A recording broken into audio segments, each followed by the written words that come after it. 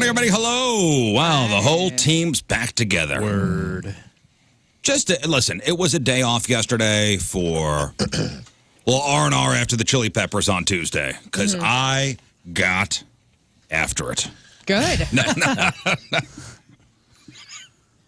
No, I didn't go full throttle. Oh, you didn't? But I had a good time. I did. I had a good time. I had a great full time. throttle? Mm-hmm. Oh, you want full throttle? Oh, yeah. We didn't get out of the parking lot for a long time. You posted a bunch of pictures, and you must have had 4 different seats. Oh, yeah. Because you had the coolest angles, and I was like, whoa. And then she was over here, and then she was over here.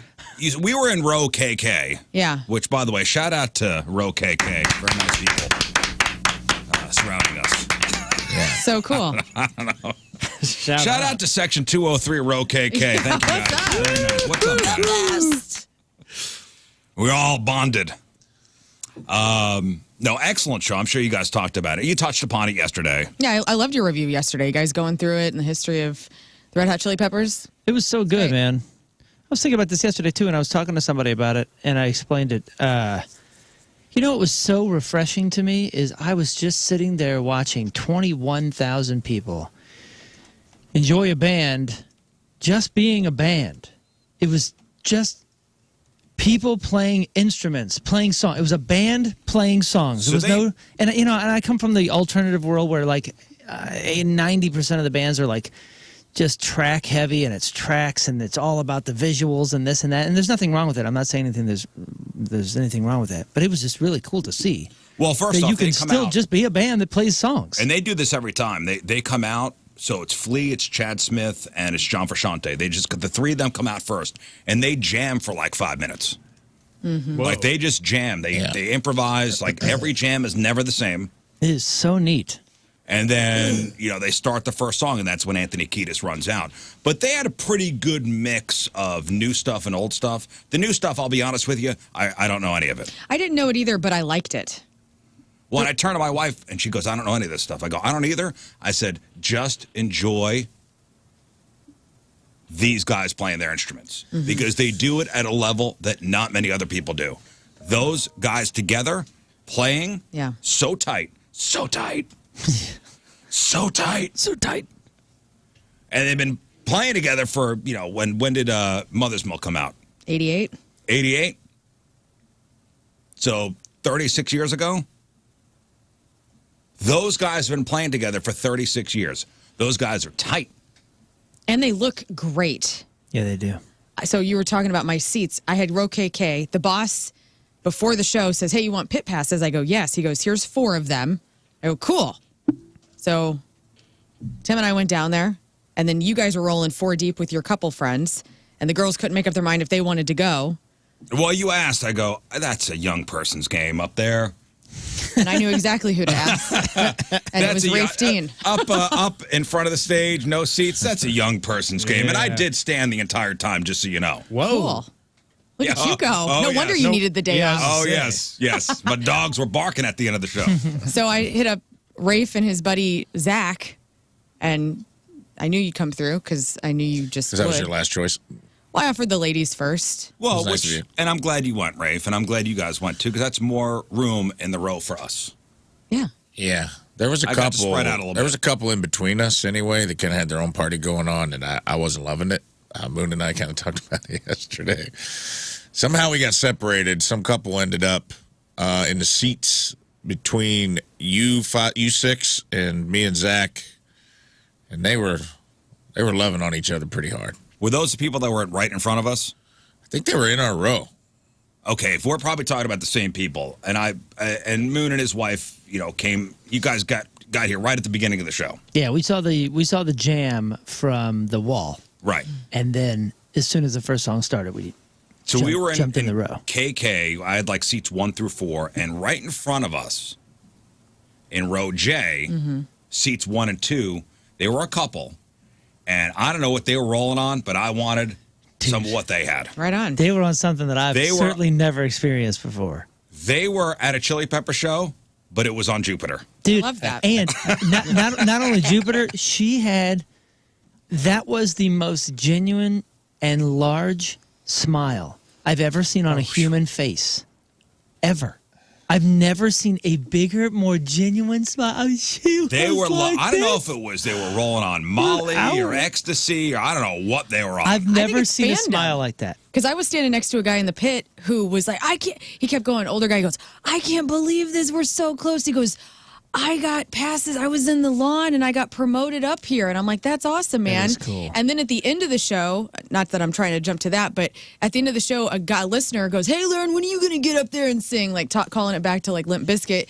And I was like, thanks, Betty. And then the guy who was cheesing the entire time, the old guy next to me, it was blowing his mind how close we were.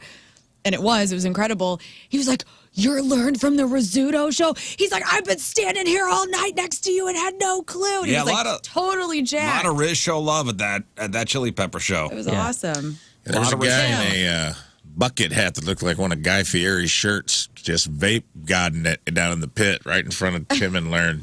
I was laughing so hard. I got video of it. This guy was blowing cumulus clouds up into the air. Anthony Kiedis would disappear in a cloud, and then it would part. And then the vape god would hit him again, and I was like, I'm getting my own private show here. And there were some visuals. They were jamming, but I saw one guy start to have a bad trip and exit the pit in a hasty manner. No, well, these people in front, I kept going to Moon and Mel, like, dude, look at them. They're something's going on. Like, he's going down. I don't know what's happening. Just watch these guys. Because it was a show on stage and the show to my right. I don't know what was happening. He was wearing a flannel shirt and it was 4,000 degrees out. Whoa. It was a double show. But here's the wild thing, man. They were having very, very, very different experiences. Like I said, she was having the time of her life. I've never seen a smile like that. It never even cracked for a second. She was smiling the entire hour, but he lost 48 hours of his life for sure. There's no way that he has any memories. He was out, dude. I watched him spend 5 minutes trying to figure out how to open his phone. I know you kept saying that. You go, he still hasn't gotten his phone. It wasn't a flip phone. No, he kept trying to. It was not recognizing his face either. It was wild. And they left. And then he came back by himself, and he was trying to find his row. No way. And he couldn't figure out where he was. It was almost like the scene where Wolf of Wall Street, where DiCaprio takes the Quaalude and tries to crawl to his car. Up the stairs. Oh, boy. Like, that's what it kind of looked like. And sure, people could have helped him. You didn't help? I was watching the show. Oh. He was part of your entertainment, though, that you were also watching. I was also watching him try to find a seat, which was also hilarious. You're on your own, buddy. Dude. You take that many drugs, you're on your own, buddy. Well. Excellent show. So after the show's over, we stayed right to the end. Stayed to the end. Mm-hmm. So what time did they get off stage? Around almost 11 o'clock? Yeah, like 10:45. 10:45, 11 o'clock. And I said, all right, let's go to the car. Yeah. Did you go to the car or did you go to the... We went to the green room because we knew it was going to be a madhouse to get out. Okay, the green room, if you guys don't know, it's a kind of a room off... To the concession side. Off to the concession stands. For like people that work in the industry. Yeah, it's just like a little bar in there. There's private bathrooms, a couple couches. I said, you know what, we got a good parking spot in the lot. I'm parked strategically to get out pretty quickly. Cool. Did you back in? No. Oh. The way I parked was I was the first car next to the road. Yeah. So I could just back up literally 10 inches and then go straight out. Love it. Here's the thing. I don't think I've ever been to a show at that amphitheater that was so crowded. Yeah. It was full. Dude. It was full. So it had to have been like oversold because I've been a part of a couple sold out shows out there, and I've seen the lots. I've seen the shows. When we parked, and I don't know if you guys heard this when we were talking yesterday. Because we got there just before they started, so we were pretty last to the lot, right? Right. And they turned us right, and we were going away from the amphitheater, and we kept going away to the very end of the lot. There's like a warehouse building over there. We got to the warehouse building, and some teenager just Then he shoved us down this way, and then they turned us this way, and then all of a sudden we were going back towards the amphitheater, and they ended up putting us in employee parking. Well, you got lucky because you texted me. I go, dude, good luck with parking, man. It is a nightmare. Well, it was full. I think they filled every spot because they put us in employee parking after that. I feel like they could not have put one more person on that lawn or in those seats. It was crazy. I felt like they would have had to like shove them, like physically shove somebody in. It was so packed in. Yeah. So they play Give It Away. House lights come on. I'm like, you know what? Let's just go to the car. And we went, so if you're looking at the stage, we went left. Mm-hmm. We went left instead of right. All right, so stage right over by the other stage, the temporary, or not temporary, but, the side stage. Right. So we went that way. There were so many people, and it was such a mass crowd that I almost had a panic attack because I was in the middle, and I couldn't see anything to my right, and I couldn't see anything to my left. Yeah. And all I was doing was going with the flow of people. Yeah. We could have done 50 laps around that place. I wouldn't have known. Were you and your wife holding hands? Oh, yeah. Like don't lose me. Oh, no. I was holding my wife's head, and my friend Lori was holding my hand. Aw.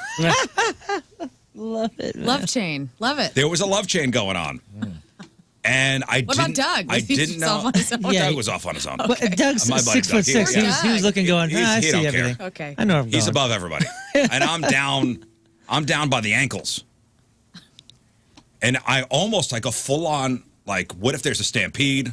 Yeah. I'm screwed. I didn't know where I was. I couldn't figure out. Yeah. I've been to that amphitheater 4,000 times. Right. I think I've covered every inch of that place. This is a height problem, It's a height problem and a volume of people problem. Yeah. Tim and I just took off. We went to the same way that you went, but then we decided to go against the grain, cut across the lawn. You know how where the lawn has a little, between the sidewalk there and the lawn, it's a little hill. We were just side rolling it, dude, like against the grain, getting to the green room on the other side. And it actually went by pretty fast. But I understand what you're saying. That was me in the parking lot when we got to the car trying to get out.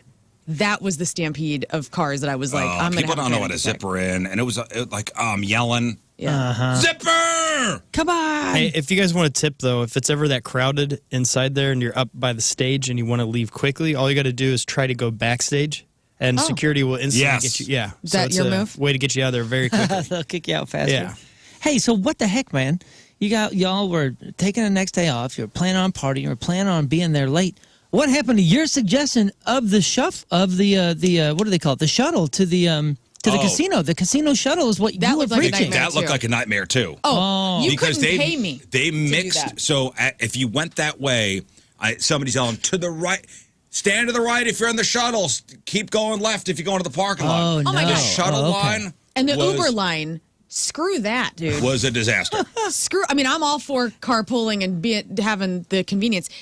As we were leaving, their phones weren't working because the Wi-Fi was horrible in the parking lot. Well, because so many people were on it. People were waiting for their cars to come. I will never be Ubering out to Riverport ever. That sounds like a disaster. Gosh. Like, they even have that lot. Even getting into the show was a disaster. I texted Rizz because you were coming from like 141 that way, to Earth City Expressway, and they had a light out.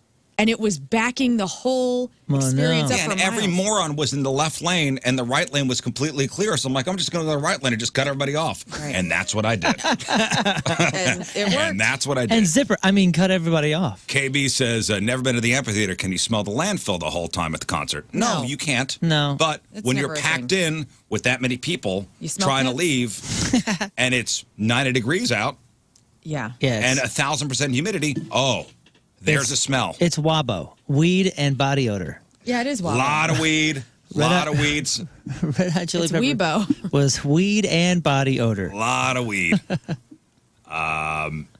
Eventually made it out, though. But I almost had a full-on, I don't think that's ever happened to me before. Yeah, it sucks. I understand that. It was a feeling of helplessness with just the sea of humanity. How many minutes? Well, and this all with a happy ending because you had the perfect spot to get out. The perfect spot I got, it was fine. Oh, good. Once I got to the car, it was fine. Great. Well, yeah. So imagine everybody else that did that. I had friends say that they were leaving. Yeah, and that they were in a people jam and then they were in a car jam. I'll be honest with you. I splurged and spent $70 for the premier look parking. Look at you. Nothing but the best. Did you carpool with your pals from the restaurant? Okay. Totally worth it. That was the move. I like that.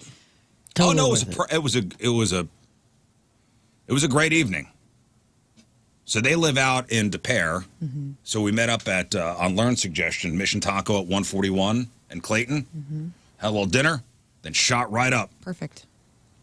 Right up, one car, right up to the amphitheater, 15 minutes away. And show's great. I mean, listen, the Chili Peppers have so many songs in their catalog. As we're in the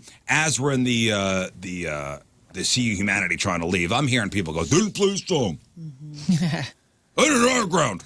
I'm like, dude, they've been writing songs since like 1982, so they're not going to play. They can't do it all. Now, also, let's be honest. Let us be completely honest. Go. The Chili Peppers have been around since the early 80s. Okay, the earliest thing they played was Me and My Friends, which was great to hear. Yeah. From the, I think that was on the Uplift Mofo Party Plan record, which was out in the mid-80s. That was the earliest With the cowboy hat on. That was the earliest thing they played. When they start playing a new song, 22,000 people there, maybe 5 people want to hear a new song.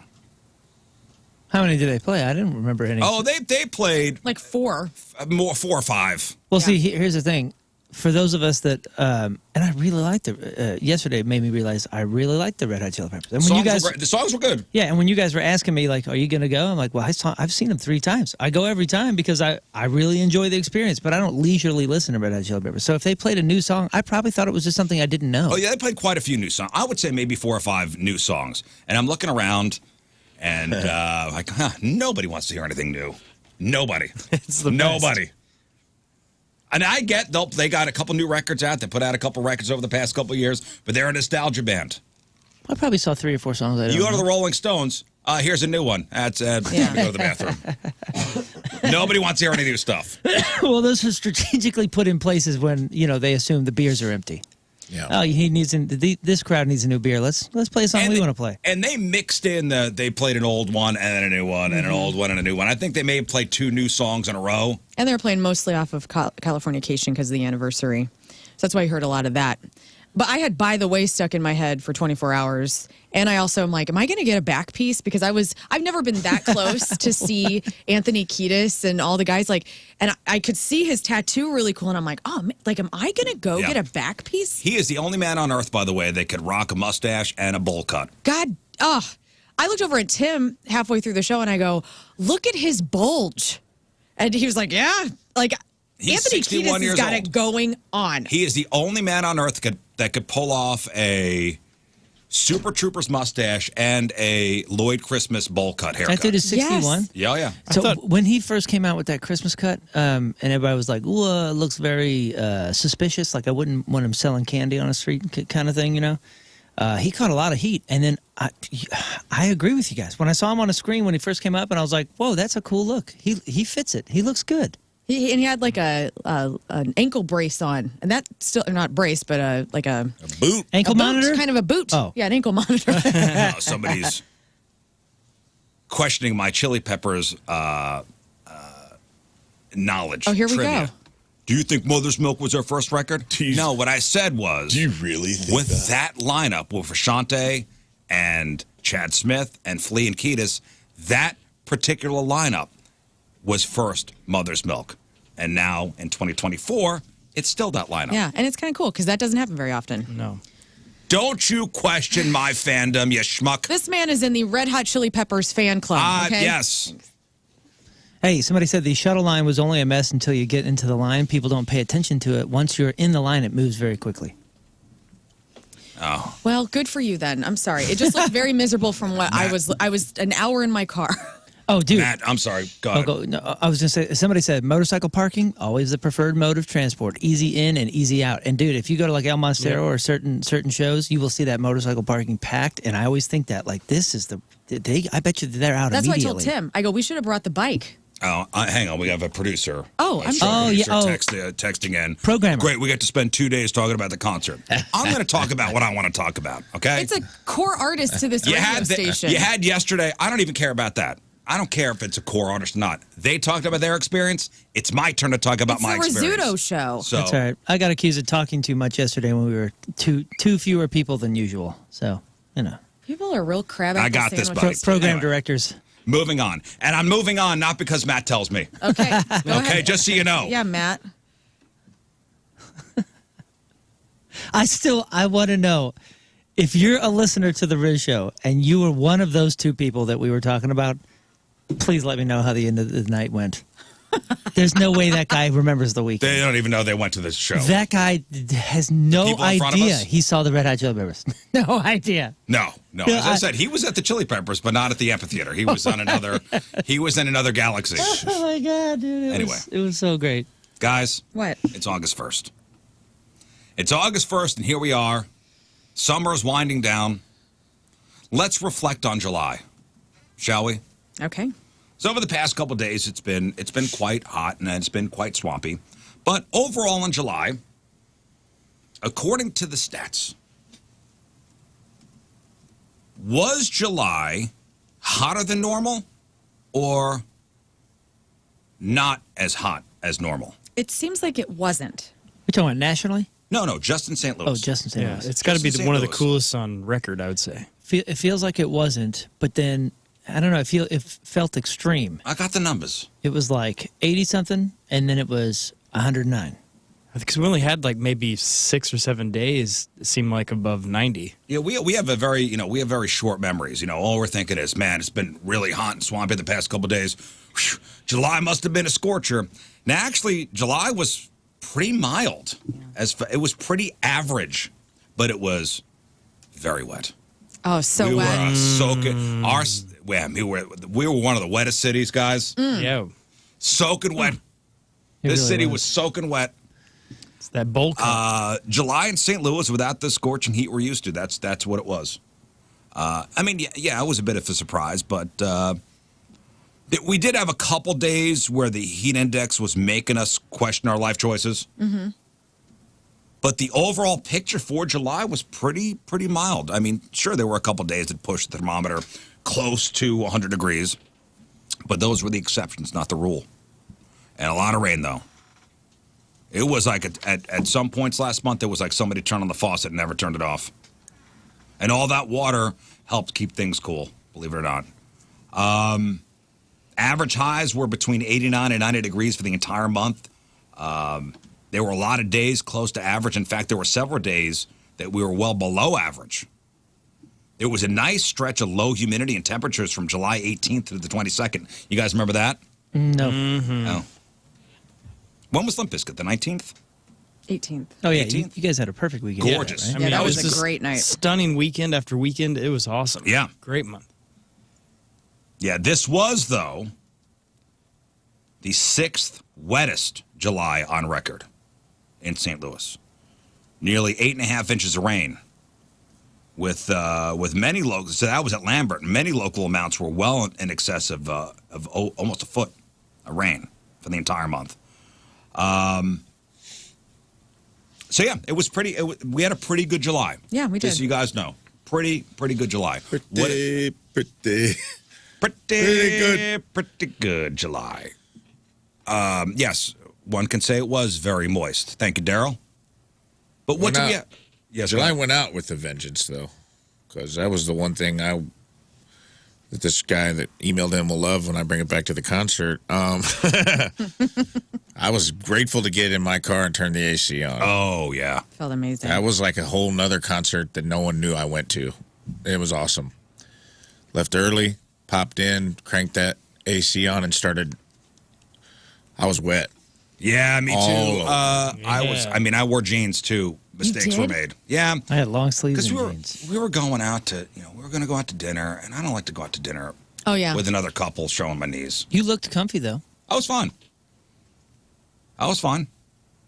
Your wife was sweating profusely. Sweating, dude. She was like, what is happening? Well, that's why we went to the lawn, because where we were sitting during the first quarter of the concert, the air was not only not moving, it was just dead wet air. Well, you guys like left in a breeze. Like we were standing in a wet sauna. A breeze rolled through, and it was... Yeah. I was thinking of taking my shirt off at one point, I'll be honest with you. We were do fine. it now? When we got to the lawn, it was fine. It was better. It was better in the lawn. Yeah. Much more breezy. And then we were tempted to buy merch because the breeze felt so nice. I did in the pit. Not waiting in the line. You got merch in the pit? No, I didn't take my shirt off, but I cornholioed in the pit. Oh, yeah. Oh, yeah, all right. When Anthony did it, I like to make my friend Zach uncomfortable Anthony did in social cornholio situations. I followed his lead. And then immediately got recognized. I kept hearing when Anthony Kiedis took his shirt off finally, I hear Rafe Williams, like 2 people behind me going, "Yes, Daddy, take your shirt off." You can't show your belly button without being recognized. You know what I'm saying? I know. What? I was like, hey, we're in the pit, dude. This is like, I'm harmless. I'm blending in down here. You guys Put my shirt over my head, people. started dry humping my friend, and then I take my shirt off, and the guy goes, Williams? Rafe? Yeah. All right. Damn it. All right, here's what we have to look forward to in August. A couple things. In sports, you got the Summer Olympics run through the 11th. Little League World Series, the 14th. NFL preseason starts tonight. Whoa. NFL preseason starts tonight. Are they ready? So they're doing it again this year, huh? Yep. Yep. NFL's going to be back this year. New college football season kicks off the 24th. U.S. Open of tennis begins the 26th. On TV, Adult Swim's new anime version of Rick and Morty. That premieres the 15th. Season 4 of Only Murders in the Building. Yes, they're still doing that. Hulu, the 27th. Lord of the Rings of Power, Season 2 hits Prime the 29th in theaters. Borderlands opens next Friday, which I'm hearing that is not going to be great, that movie. Really? Have you heard much about that? Borderlands, that's with Kevin Hart. What's her name? I like her as Is that a video game? That's an Eli Roth movie. Borderlands? Yes. Haley Bennett from the woman in that. Succession. Kate Blanchett. Kate Blanchett. Jamie Lee Curtis. Gina Gershon. Yeah, I'm hearing that song going to be great. It's based on that game, though. Ariana Greenblatt. M. Night Shyamalan's new movie, Trap, comes out next Friday. Then Aliens Romulus opens the 16th. The new remake of The Crow. Oh, it's finally coming out, huh? Comes out August 23rd. Dude, I will be honest, thought that already came out, bombed, and we'd moved on Me from too. it. I'm not kidding. I thought about it the other day because I was like, I wonder why that's not on streaming yet. No, it didn't come out yet. Wait, why are you saying Borderlands is supposed to be so bad? I don't know. It's not really. Is it one of those that like doesn't have any reviews because they're not letting critics see Well, it? it opens up next Friday, so there's that. But you haven't. Usually, when a movie's not great, I haven't seen much about it, especially with a lineup that stacked. Kate Blanchett and Kevin Hart. I haven't seen many commercials. They're not doing a lot of promotion behind it, meaning the movie company knows it's kind of going to bomb, so we're not going to put a lot of money into promotion. Oh, no. I thought that was the excuse when we see too much of promotion, that it's going to bomb because it's... Oh, yeah. Look at Kate Blanchett, dude. She's got the Fifth Element kind of vibe going. This is what I could be wrong. The trailer for it looks good. I could be wrong. I saw that in the theater. I didn't know it was called Borderlands. It sounds like a Claire Danes show. You would figure with a stack lineup like this, they would be doing the Deadpool Wolverine. These people are everywhere. Right. But it's not really. And again, I could be wrong. I could be misreading it. I don't know. Oh, Jack Black. I didn't know he was in it. Florian Montagu. Well, and as far as the holidays go this month, you got, National Grab Some Nuts Day is Saturday. When is that Yeah. Saturday? Saturday. Good to know. The 12th is Vinyl Record Day. The 13th is Left-Handers Day. The 16th is National Rum Day. August 20th is National Radio Day. Whoa. And for all you hipsters, today is National IPA Day. Gross. Too hoppy. Yeah, it's one of those, like, nobody really likes an IPA. I think people just say. Right. Because it's cool. It cleans their mustaches. It's cool to say. Oh, an IPA, huh? Yeah. Indian Pale Give me Ale. some of that. So Nobody cool. likes that. I'm sorry. Except for the British soldiers that were stuck in India before refrigeration. Right, because that's all they had. They probably like it. Let me try some of that IPA. Ooh, this is gross. Oh, here come the emails. Go ahead. Bring it on. Bring it on. Let me tell you why an IPA is better.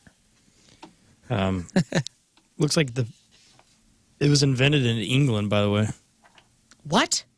I thought it was in India. 18th century. No. So when English soldiers were in India, they would send beer down there, but it would go bad.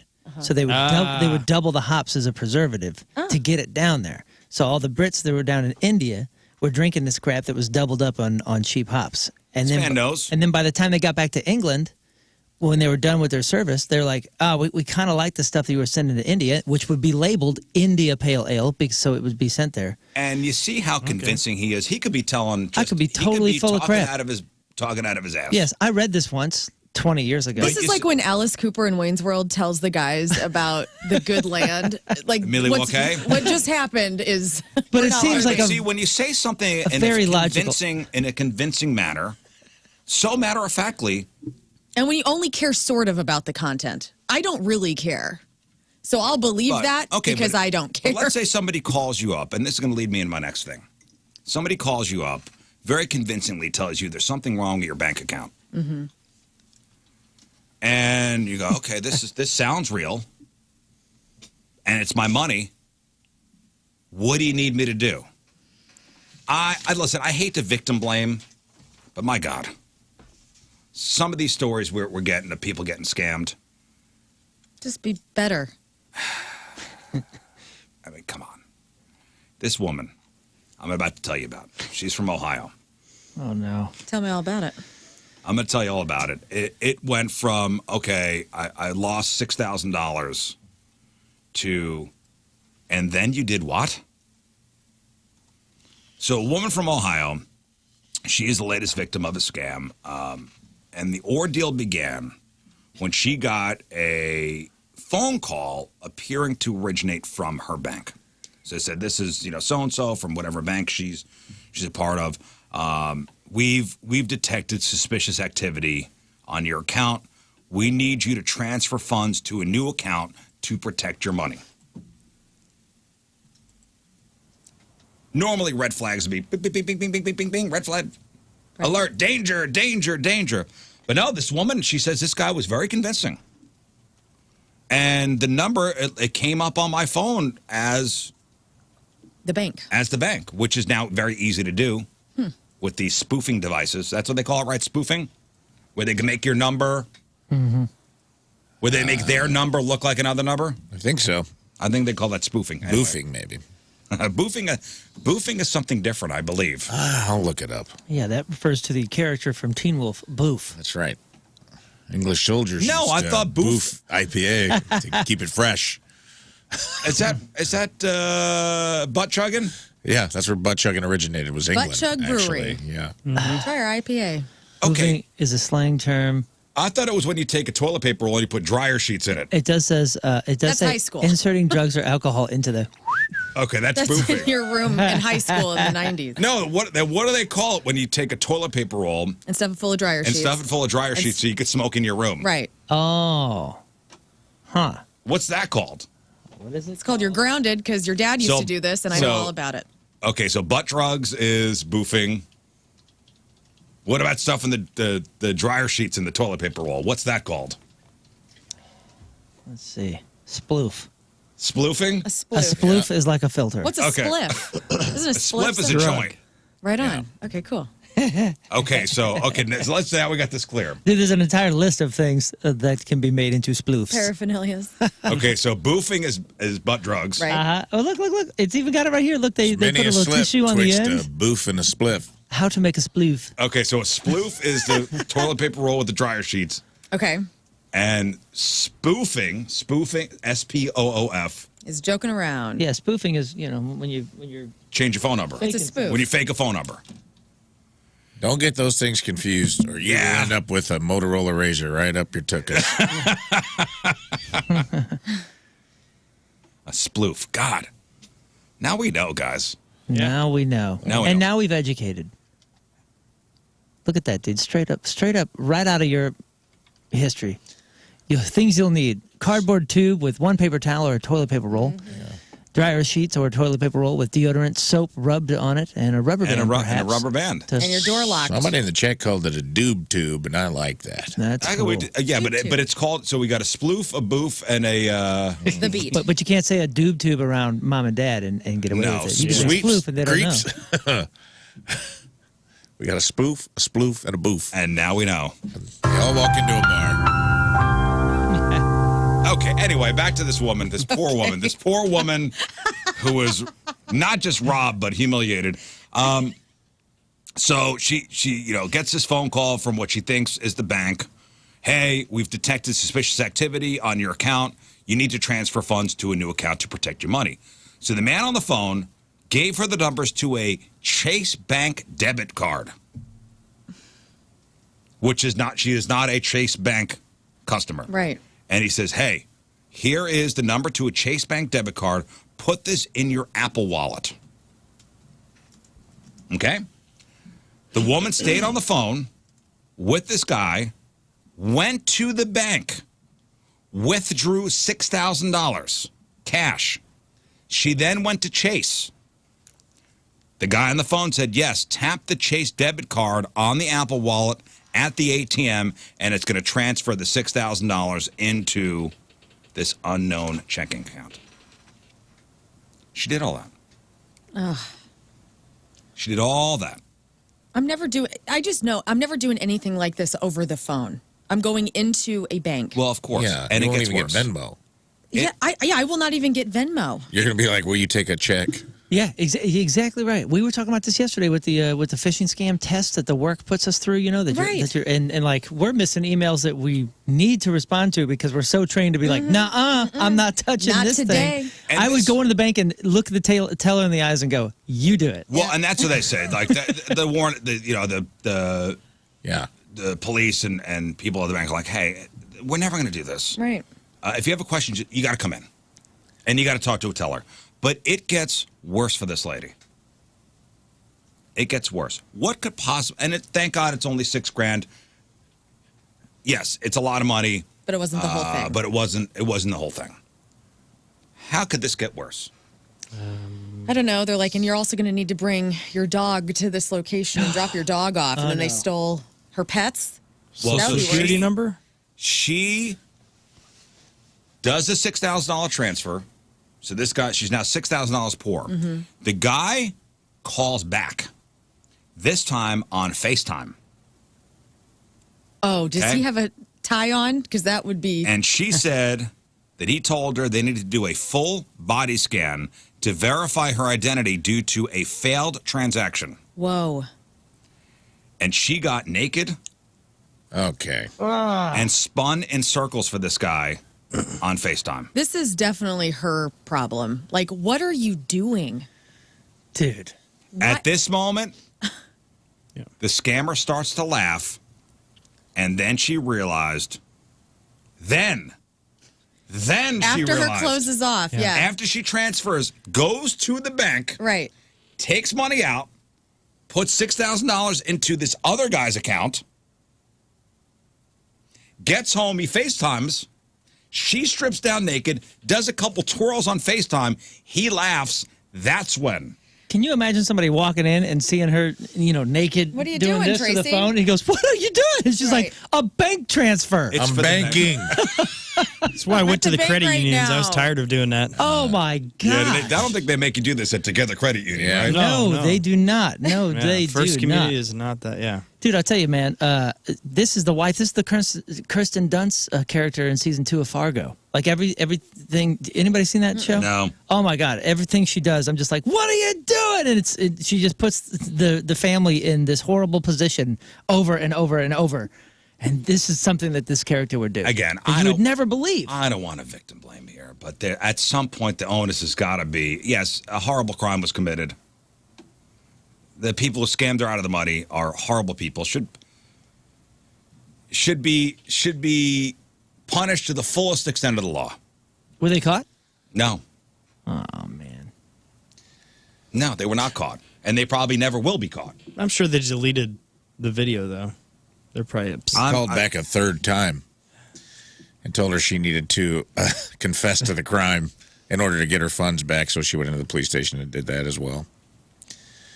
I mean, there's a point, you're right, dude, where I'm like, yeah, I hate that happened to you, but, man, it's that high school class we're always talking about, like, adult living or whatever. Like, did you skip that?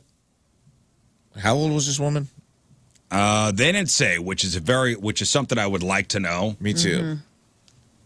I wonder if is this a young or very old person? Right.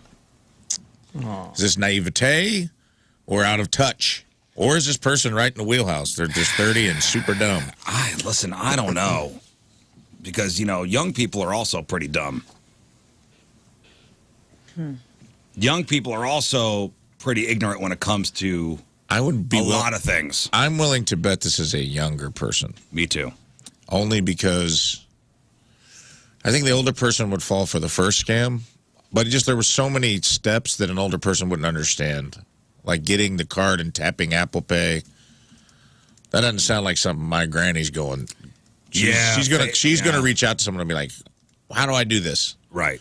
It it could be them walking her through it. I mean, it's not that hard to put a debit card number into Apple Pay. It's possible. I would be curious. I would bet. FaceTime is pretty easy too. I'm betting young. Yeah. Again, I feel bad for the woman. For her just naivete.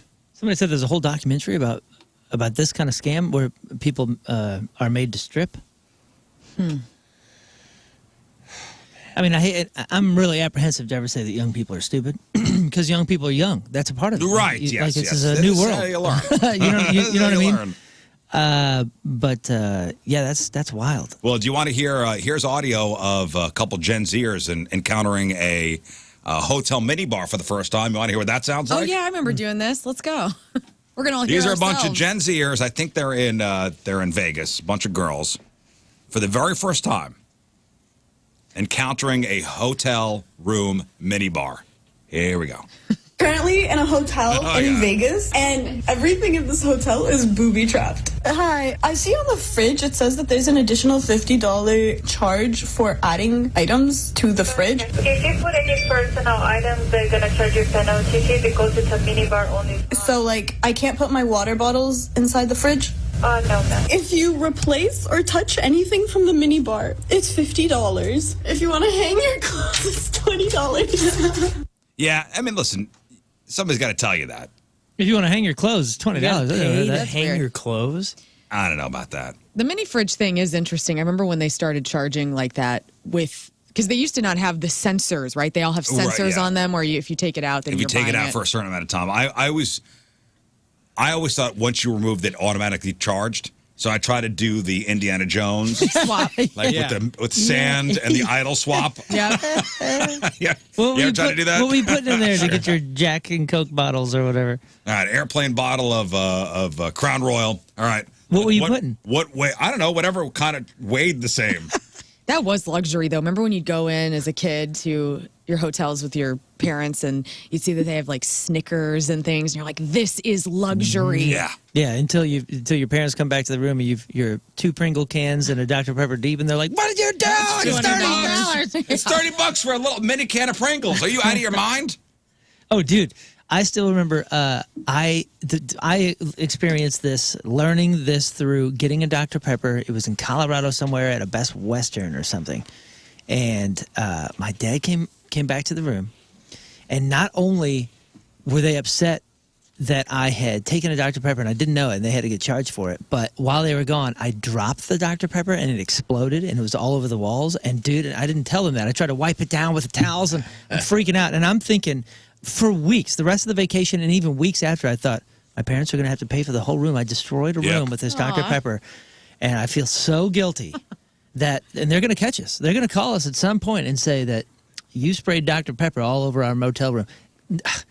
Obviously, the older you get, the more you realize what other things are being sprayed in hotel rooms. Well, the Dr. Pepper was the least of the troubles. But, man, it was a bad experience. It was traumatizing. You ever destroy a hotel room? Honestly. Just accidental. I mean, as part of, a touring band. You ever do it? I'm not going to say that we ever destroyed them, but there was we rearranged. There was a phase where there were bands that were trying to one-up each other, and they would rearrange the rooms, and not like, gluing mattresses to ceilings, but I mean, you could go into a room, one band would do one thing, and then people would think that's funny, and then drunkenly go to the next room and see if you could top that. Right. And like chairs were stacked in corners, and beds were flipped up, and I mean, we've all seen, the pictures and videos of the excesses of the 80s, bands, or even 70s bands destroying. Yeah. We were rooms. more of the annoying one where we just thought it was funny to move this over here and that over there. So then they come in, they're going to wonder why we moved everything in the room. It was really dumb, immature stuff. We're talking like early 20s. And the crazy thing is, I mean, this was all done, no drugs. No drugs. That's why nothing broke. Half of us were sober. Yeah, it was an interesting time. I would not say destroyed, but regretful nonetheless. And, somebody's got to pay for that, right? It's not like... Well, that's the thing. We never damaged anything. I don't think. Well, I would say that we very rarely damaged anything. When a band destroys something, somebody's got to pay for it. Yeah.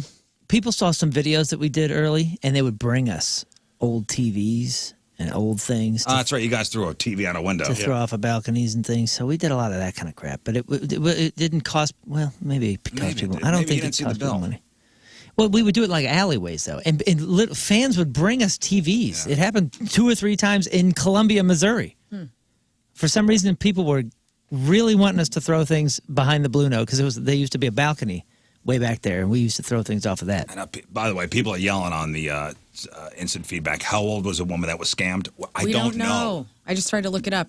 I try to look it up too. You know what? And people bring up a good point. The woman had $6,000 in the bank. No young person has $6,000 in the bank. That is a great point too. Well, unless they got like let's just call them middle-aged from mom and dad. Maybe from mom and dad. Maybe. That's a great point. I didn't think about that. Yeah, I'm sorry. Mark's like, how old is she? On the instant feedback, like all caps. I don't know. I try to look. But yes, young people are, they're naive. Okay, I'm not going to call them dumb. I'm sorry, Gen Z. I'm sorry. Yeah, they're just learning still. I'm sorry. And this is another thing, especially young people when it comes to love. They're blinded. They fall in love with a girl. It's high school romance. The best. It's going to last forever, right? Yep. I'm going to marry you for the rest of my life. But as a parent, how do you protect your kid who is blinded by love and could possibly make a huge mistake because of a high school romance? How do you navigate those waters? It's so hard, man. I bet. It's Rafe, so how hard. do you navigate those waters? Man. We're going to be together forever. Because I got an email from, and this is making the rounds on social media from a dad. Yeah. And there's kind of a St. Louis, Southern Illinois connection here. So it says, I'm a 3rd generation graduate of Harvard. Oh my goodness. Harvard. Community college or the university? 3rd generation graduate of Harvard. What the hell you need our help for then? My son's whole life was designed to be the 4th generation. Everything was going according to plan. Yes. This kid, his first word was legacy. Everything was going according to plan. And then 8 months ago, he met a girl. Yay. Oh no. God forbid. Oh, the she-devil. The she-devil has entered the plan. Yeah. She went to state school, by the way. Oh, well, here we go. Her father drives a sedan. Oh. Don't tell me, Reginald. It's disgusting. It's a Toyota Corolla. It's big. Oh, my. He's pulling in. Maybe it'll be a Camry. Oh, it's a Corolla. Oh, He shook my hand with a calloused hand. And it's his second wife. Oh. Okay, well, everything was going according to plan until he meets a girl 8 months ago, son. She is headed to what school? The State School of SIU somewhere, Southern Illinois. Carbondale. Yeah, baby. Yeah. Saluki. Southern Illinois. I fell in love with an SIU gal. I get it. My mother's a Saluki. She is going to Southern Illinois. The Harvard of Southern Illinois. Hell yeah, dude. Yeah. And my son has informed me that he will be going to Southern Illinois as well. He wants to party. Good luck having a life now. They're going to save so much money, though. Like, that's incredible. Dad writes, sorry, I'm not okay with this. He's being so young and dumb and has never been this dumb before in his life. I am devastated. It's like reverse Dirty Dancing. He has no idea what he's doing. Harvard is not a school you turn down and treat it like an afterthought. The offer is still open and available. I get that he thinks he's in love, but we know that we know what it means at this age. I see my son torpedoing his life, and he's digging in. How do I talk sense into him? The first thing I would say is you cannot talk sense into him. You can only, I hate to say mitigate the damage, but if you're correct in all of this, the last thing you want to do is put pressure on this kid to do something that he doesn't think he wants to do, because he will just be so inclined to go in the opposite direction of what you want. By the way, I'm not a fan of this man, the writer, because he basically, how do we spend his whole life working so hard and one girl comes in at the last moment and ruins it? So nothing's on the son. Yeah. It's all the she-devil. Right. Yeah. Yep. But take that part out of it. Take that part out.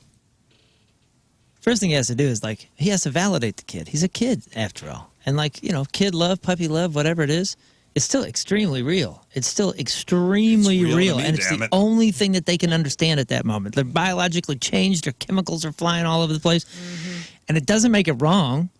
You just have to validate it first. You have to show them that, like, hey, man, you love them, and you, I don't know if you can say that you understand what they're going through, but, like, you have to respect the kid. The kid is still a human being. Hey, and if love is real, you let it go, and if it comes back, then it's meant to be, dude. Whoa. You know? Whoa. This is The Notebook. This is Allie's going to Sarah Lawrence in the fall. The opposite. And Noah Notebook reverse. doesn't know all about it. Yeah.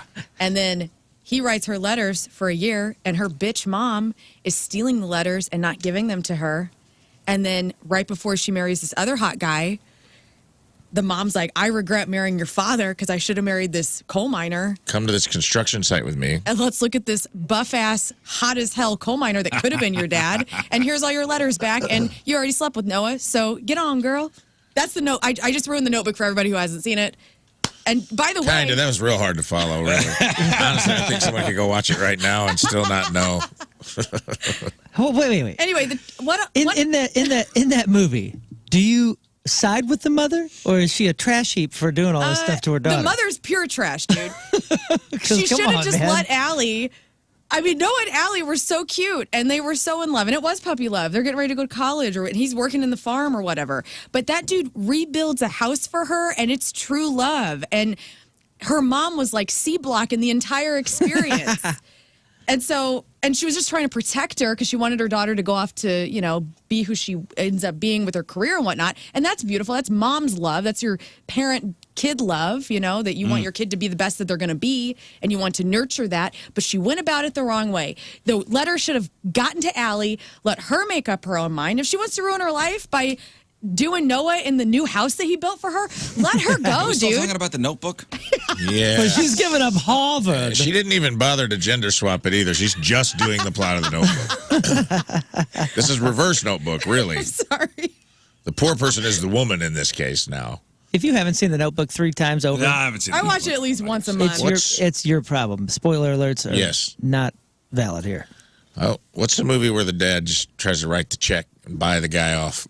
That's Dirty Dancing, I believe, right? I think so. It's like he'll check for $20,000. Is it Dirty Dancing? I think that happens a lot in different movies and shows. Yeah, that's what I think this dad should do, is try to pay the girl off. It's Or have 2024. her pay for her Harvard. Here's what I will say, and I don't like this dude. I just listened to a podcast about fraternities, which I wasn't in one. I'm sorry if you were. I think they're dumb. It's just a way for rich people's kids to stay married. And then literally the history of the fraternity, which I'm assuming at Harvard, you're probably in one. Fourth generation, you must be. Please. Skull and Bones. Yeah, Skull and Bones. And it was like crazy. The numbers were nuts. It was like fraternities, all that stuff came around when middle-class kids started going to college, and it was a way to insulate wealthy people's kids to socialize and eventually couple off and get married and keep generational wealth where they believed it belonged. Where this guy probably believes that it belongs. Right. The Buxtons go to Harvard. That's right. That's exactly right. Thatcher goes to Harvard. Not to SIU Carbondale, some gutter slut. Dad, she's pre-med. She comes from a great family. And it was not, I mean, the numbers are crazy. And that's where I think that's where this that seems like that's where this dad's head is at, just judging by the email. Like, the numbers were crazy. Like, the 85% of presidents were in fraternities, and it's like 80% of Supreme Court. If you really look into it, it's kind of scary. Yeah. Yale, Harvard. Yeah, look at the colleges. The good old boys club. Yeah, Yale, Harvard. And good old gals, too. Sororities are not exempt. But especially these big schools like that. The worst one is this one in Charleston. That's what which is nuts. The University of Charleston. Look that university up. It's crazy. But anyway, I feel like this guy's coming from that point of view of like, I need my wealthy fourth generation son to meet someone of the high caliber. That can't happen at Southern Illinois University, Carbondale, which he is right about. He's I'm right. not going to lie to him Let's about that. not say the truth. Maybe he's thinking, commoner blood will be mixed in. Ooh! Breaking the line, dude. There's a movie all about it. The Skulls. A senior at an Ivy League college who depends on scholarships and working on the side gets accepted into a secret society called The Skulls. Yeah. He Paul hopes Walker. It betters his chances Now, at Harvard. I know. Yeah, this pod I listened to was about a kid who got in and then they ended up selling like 250,000 Xanax bars. It was crazy. They ended up starting a criminal ring in this wealthy college because campus cops were afraid to do anything about it. It's nuts. Now, I know Scott. And they hung it all on the poor kid at the end of the day. Of course. Which is why I'm getting to this. He's trying to hang this all on the poor kid, right? It's her fault. It's her fault. This is her fault because she is going to this subpar school or she is of not the ilk I want my son to be with. That's the only critique of her I've heard. I didn't hear anything about, hey, she does a lot of drugs, she's crazy, she treats him poorly. Well, he's a None of nice that. guy. He doesn't want a trash job. Yeah, he sounds like he's yeah, exactly. Southern Illinois. Redacted. That's the only bad. That's the only bad thing he says. Now, on the up and up, if this guy wasn't an a-hole, I hope the kid does go to SIU just to ruin this guy's day. But Oh, wow. Well, you guys are rebelling eventually on your parents. You got to start making your own trajectory. And it just sounds like the parents are not ready for that to happen. And they had a different plan. We had a plan. Right. Hey, man, you can't tell me, though, that you don't have aspirations Oh, of course. for your children. kids. Of course you do. That's and if normal. you if you feel like they've been on the track and building your hopes, and then all of a sudden something perhaps monumentally derails it, I'm sure. And I'm sure my parents had plans for me that didn't involve, moving to St. Louis. Yeah. And your wife's parents certainly had plans for her. Oh, God. That didn't involve moving with a blue-haired guy to St. Louis to do radio. Guys, I have the rom-com. It's not The Notebook. It's She's All That. Oh. Freddie Prinze Jr.'s dad wants him to apply to all these top league schools to keep the family name going to Stanford, and he's getting those acceptance letters, and he puts them in his underwear drawer. He doesn't even tell his dad about the acceptance, and then he meets Janie with paint on her overalls, and he wants to do her for the rest of their lives, Listen, I know Scott's advice is to kill off the girl, and I know the parents probably have the funds for that, but I don't think that's the way to go, Scott. It's not. But, okay, they're high-powered people. I don't think that's the route. This is the Harvard route. I don't think that's the route to Let's go. just That's how you get in there. Let's all remember the happy ending of the movie Accepted. It's all about college and Well, great happy endings. if this were in a vacuum, and it's just you're watching your kid make a mistake, you're a caring parent, Moon was right. I think everything's relative, right? You can watch like the mistakes of youth with wisdom and know that this is percentage-wise, statistically, maybe they get married and everything goes great. You never know. Statistically, this may not work out. It's young love. There's going to be a lot. People go to college. That's a wrench in the, like just going from like high school to college is hard. You know, you sit them down and you try to, if you acknowledge and validate, I think that's your best route, and be like, I know that you love her. She's great. If you just tell her she's trash and you need to go to Harvard, like, that's never going to work. Yeah, it's not going to work out. You have to, like, acknowledge that the feelings are real and relative to the life experience this person has at this point. These feelings of love are real to him. It's real to me, damn it. You got to validate it. Even if the stats are in your favor, that, yes, most involved parents know their children better than their children know themselves in their youth.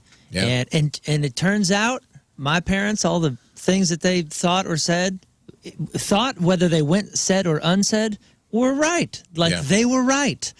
Yeah. But it turned me in the opposite direction if you hear it voiced in a way that doesn't validate. Right, and they want to rebel against it. Right, it turns you away, so you got to be really delicate. My move as a dad would be, here's the deal, man.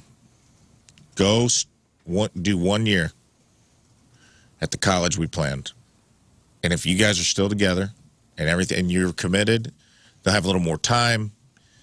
She can go have the college experience. You can go have it. And if you guys are like, we can't live without each other, I'll come to Harvard. I'll pack that truck up and I'll move you to Southern Illinois for your sophomore year. And then see how it goes. And most likely, if you're right, if you're certain, and what will most likely happen is he'll go to college, make a new friend group, join your fraternity, end up with some Stepford wife like you want him to, and she'll go to SIU and party her ass off because that's what that school's all about. And but if not, at least you bought yourself a year. Yeah, you know. Hey, listen, it could be, and I'm maybe just throwing this out there. This could be the first girl that has paid attention to him ever. Probably. He's some, nerd kid that's destined for Harvard. Finally, a woman paying attention to me. Wow. Yeah. All right. Well, good luck to everybody, and we'll see you in Carbondale. Hey, before we move on, I just want to shout out to all our listeners who are so nice. Oh, good. And always have our backs. So nice of you. I can't think of a time they did it. Do we have a lot of emails right now? What's happening? No. This is from just a quick little email before we hit the break. I know which one you're going for. Of all the stupidity we've heard this morning, I know which one you're going for. Well, no, and this is just it's funny to me. A headline: still calling off work as a grown adult because of alcohol. This is from Ben. Ben writes, I don't understand how you could be 39, and in your late 40s. I'm not in my late 40s. I'm in my mid-40s, okay? Your birthday's coming and up. still call off work because you're hungover. And then on top of it all, you're 100% okay with it. And Rizz, you wonder why you can't easily hit a slow-pitch softball. Oh, God, again? You look like we a fat, just went through this. Hang on. You look like a fat bullfrog, Rizz. What do I look like? Take care of yourself, man. You look like... Bad word. I look like a bitch? And Lern, get over yourself and stop calling your mom by her first name. How effing disrespectful. Well, no, I'm saying it for everybody else. You guys don't call my mom, Mom. Well, listen, Ben. I'll be perfectly honest with you. I have 5 weeks of vacation that I usually don't take. I'm allowed to go to a show and not clock watch. Yeah, we wanted to enjoy ourselves. My alarm clock goes off at 2:30 in the morning, Ben. Yeah, that wasn't about... When does your alarm clock go off, man? I didn't even see you... Ben? I didn't even see you drinking. It wasn't hang on a minute. No, actually, I'm going to call you out, I honestly really didn't get after I knew that would piss you off. I'm going to call this guy out. I knew that she was going to get all sassy and defensive. From my bed. I listened to it. You guys both... Because all the sober people showed up to work today. This is what this man said. I was not hammered at all. No, I wasn't either. Well, until Monday, I was under the impression that I was off, too. Yeah. And I wasn't. Can I just say, I wanted all of us to go to the show. Yeah. I wanted it to be a bonding experience. Yeah. And that was what I wanted. Well, I did not mean to offend you. By the way, we did not take off work. Rizz and I had planned this when the show was announced. Yeah, when the show was announced. And I thought we were all taking the day off, and it just ended up Rizz and I were taking the day off. And honestly, you do deserve time off because you don't take a lot of time off. No, I don't. And no, if I go to a show, I never do anything during the week ever. I know you don't. If there's a show during the week, that's why I always like if a band's coming through that I love. Yeah. Like, when is the show? Well, this is going to make the intervention awkward after the show. If it's not Friday or Saturday, I usually don't go. And if I do go, and it's a band I love, like the Chili Peppers, then I will take the next day off because I have a tendency, if I'm out during the week, then I will keep looking at my watch and going, man, I got like 4 hours of sleep. All right, if I get home now, it's 3 hours of sleep. Mm-hmm. I might as well just stay up now. Yeah, it's when I enjoy myself, Ben. And yes, I do look like a fat bullfrog. That's fine. Yeah, and you know what? I can call my mom Jill all I want. People call her JB. We call her Mama Jill. I say Jill because everybody else in this room says Jill. So I'm trying to make it a thing, like, for everybody else. Of course I call my mom Ma. I call her Ma all the time. Like, get off my ass, Ben. People are saying we should fire Ben. I think he's just trolling. I think he's just busting balls. At least I think he is. But, he thinks he is. He thinks that's what he's doing. No, but I'm just behind the scenes. Like, this is, real Rizz, real Scott Rizzuto here. That's why. I rarely take time off, and I am going on vacation next week. But I have contractually, I have 5 weeks of vacation. Dude. This drives me nuts all the time. And in terms of yesterday, and we did say this, maybe, I don't know if it was on the air privately, but like, you guys hold down the fort a lot for us when we have to go do our things, comedy and music and stuff like that. You guys are here a lot. Holding it down. You deserve a day off. We had no problem coming in. It's not even that. And you guys did great, by the way. I was listening yesterday, and I texted Rafe. I'm like, the show sounded great this morning. Like, Thanks. It's not. And I said, new phone, who this? Yeah. It's true. Mm-hmm. No, it's not even that. I'm just behind, just letting you know. Well, now I'm butthurt that you didn't text me, but no, you didn't text me. She told you this morning. It was tongue. I know. Listen, the sober makes you feel better. I didn't respond to the text in honor of you.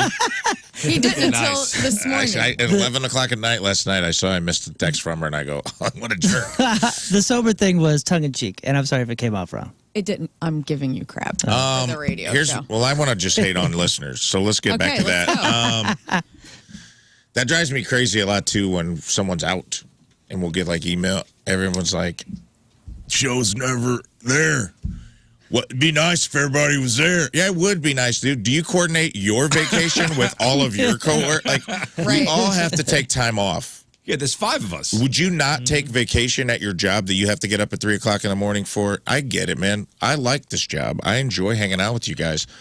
But I'm like, what's the alternative to that of being one person short every once in a while, or maybe 2 people short on a certain day is for 5 weeks every year, there is no Rizzuto show. We only do the show 40 some odd weeks a year. Right. And you guys listen to a week's worth of Way Back Wednesdays or whatever. And it's like, in their mind, they're like, you're not people. Get in my radio. Yeah, dude. You're the guy from Harvard that's like, get in my radio, you commoner. Yeah. And I would take it like this. Like, I love John Oliver and Last Week Tonight and Bill Maher, and those dudes take off months at a time, and it drives me nuts as a Howard viewer. Stern only works 3 days a week. I know. 6 months. We got to recharge. No, it's fine. And I don't know, being called a fat bullfrog, that doesn't hurt as much as fat bullfrog. that doesn't hurt as much as somebody questioning, well, you took a day off. It's actually pretty cool. Jeremiah was one of those. Man, Danny says, man, Bullfrog's a cool name. All right, man. Yeah, Bullfrog. Daddy Bullfrog. Cool. And I think we did great yesterday. I had a lot of fun. And you know what's crazy is in years past, when Rizz would be out or we would have to do a show without a member or 2, it was a very, very different show. Sometimes we would play songs. Yesterday, we cut like 3 or 4 things that we prepared because we filled the time. 4 freaking hours of talking. I appreciate you all doing that. What is it that you want? No, nothing. I just, listen, I hate perpetuating the negative, but. Well, I do.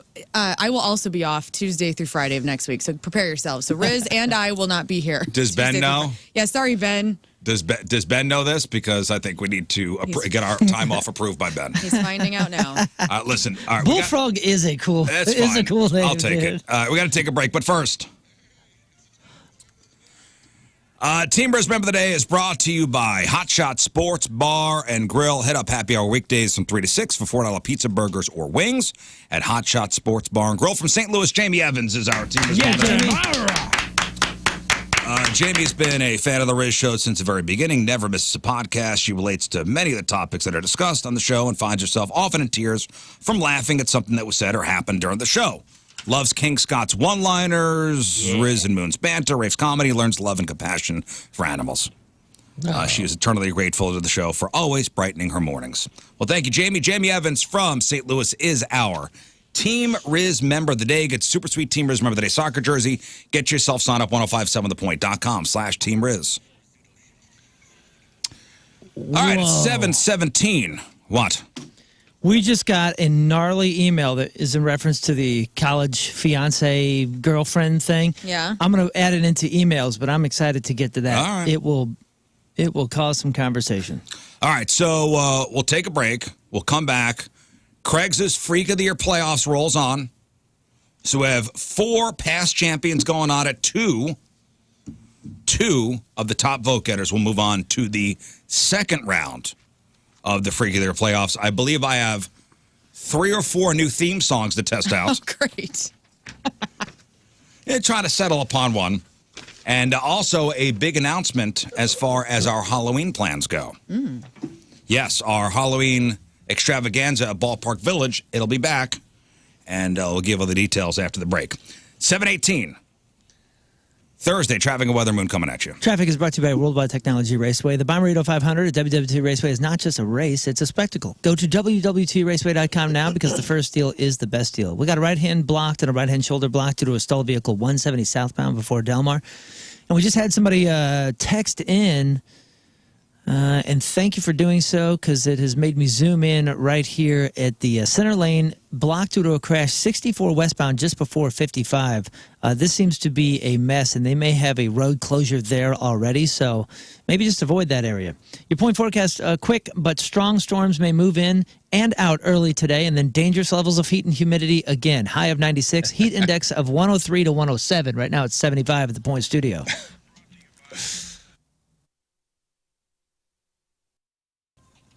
Somebody says, I believe Rizz from 7 years ago would kick the crap out of Rizz today. Is that true? I don't know. I don't know what that means. After 5 home runs and missing work after a show. No, here's the thing. 7 year ago, Rizz wouldn't go to the show on Wednesday and would just eat the day off. Like would go and waste the day off and leave vacation days on the table. No. 2024 Rizz is going to try to enjoy himself. That's right. 2024 Rizz is happier, and he is prioritizing himself a bit more, his health. I've been doing this for 15 years. I've been in radio since 1998. Get off my ass. Get off my ass. Hey, so coming up, Ballpark Village, Halloween. We're going to be out there again for our annual Halloween party. Well, not actually on Halloween. Saturday night, October 26th. Put this on the calendar.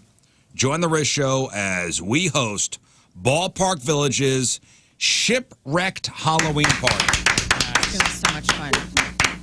Shipwrecked. That's the theme. Shipwrecked. Last year was Alice in Wonderland. This year, the theme is Shipwrecked. I don't know how we're going to take that. We'll discuss in a moment, but featuring live performances from Moon and the Teenage Dirtbags. Party. Your chance to win up to $10,000 in cash and prize inside the costume contest treasure chest, an all-inclusive drink package, and more. So when we say it's at Ballpark Village, it is at Ballpark Village, the whole thing. What's cool is every bar is open up on the second floor. So Moon's down with his band on the main level at the Fox Sports, what is it, Bally's now? Yeah, the Bally stage right The there. Bally stage. I was going to call it Fox Sports Midwest, but that's a couple of years ago. Okay. The Bally stage downstairs, and upstairs all the bars are open, like the Shark Bar, Crown Room, PBR, Budweiser Brew House, Cardinal Nation. It's like a different party in every bar upstairs. It's so much fun. It is. And yes, there's an all-inclusive drink package. So you get a wristband and you are good to go. So the Rizz Show presale is happening right now. Use the code Rizz. And the presale runs through August 4th. That's Sunday. So get your tickets while supplies last.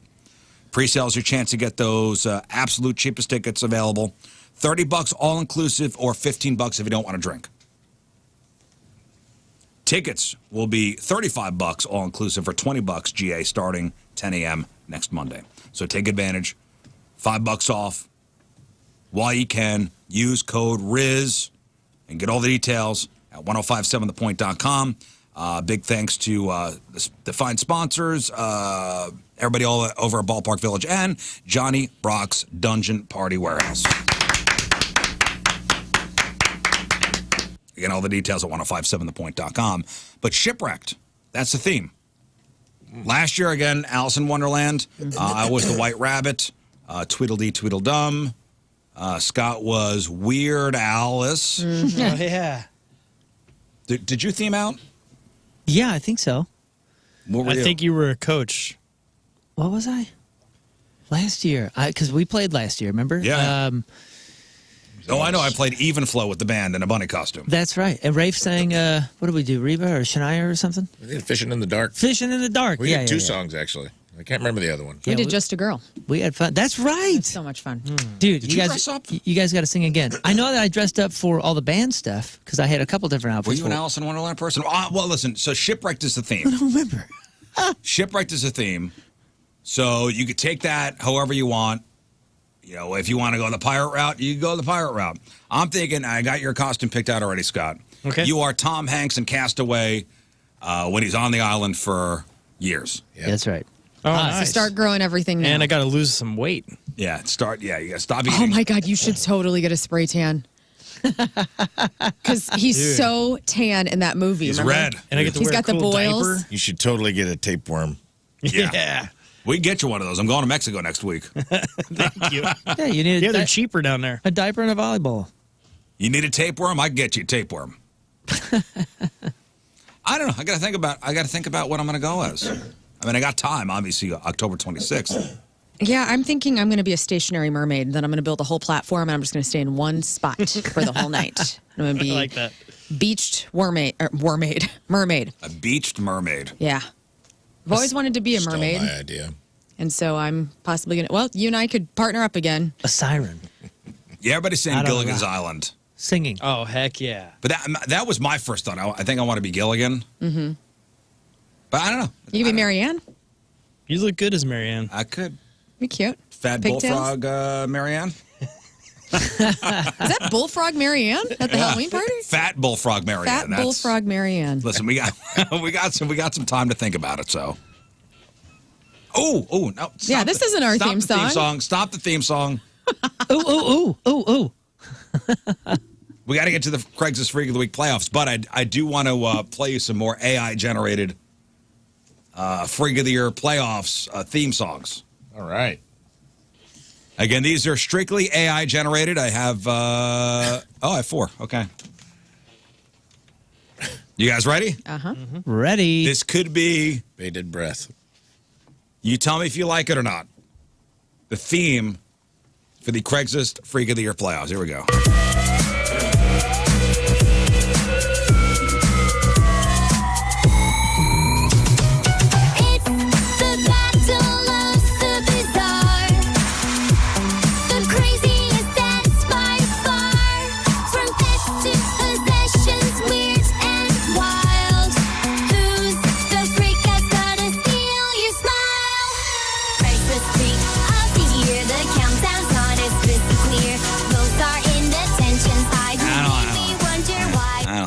No. That's very, didn't Barbie girl. Yeah, didn't the Bratz have a TV show?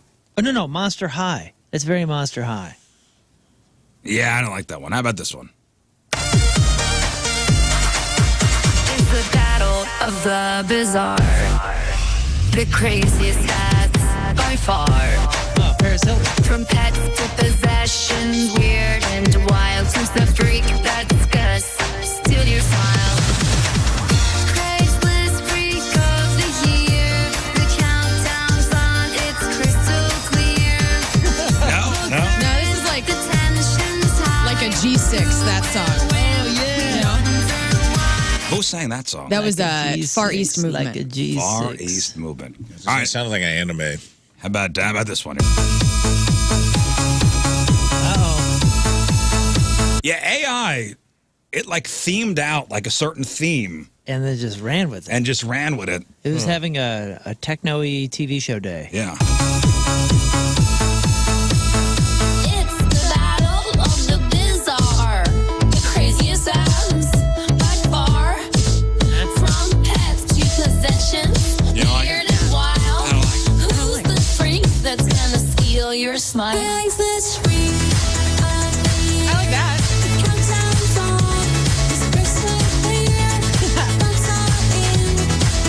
Had a good hook.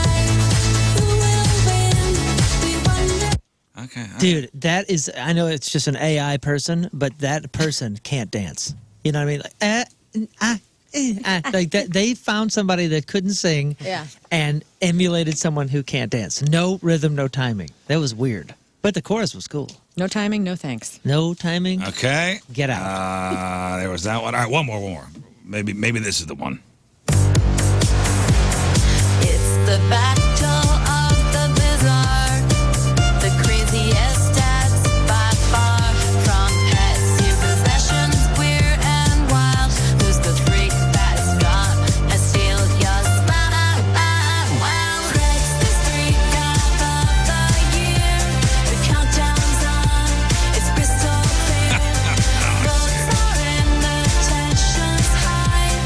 Who will win? Doesn't mean like I'm in a dojo. Yeah, you don't like that one either? All right, back to the drawing board. Okay. I didn't hate that one.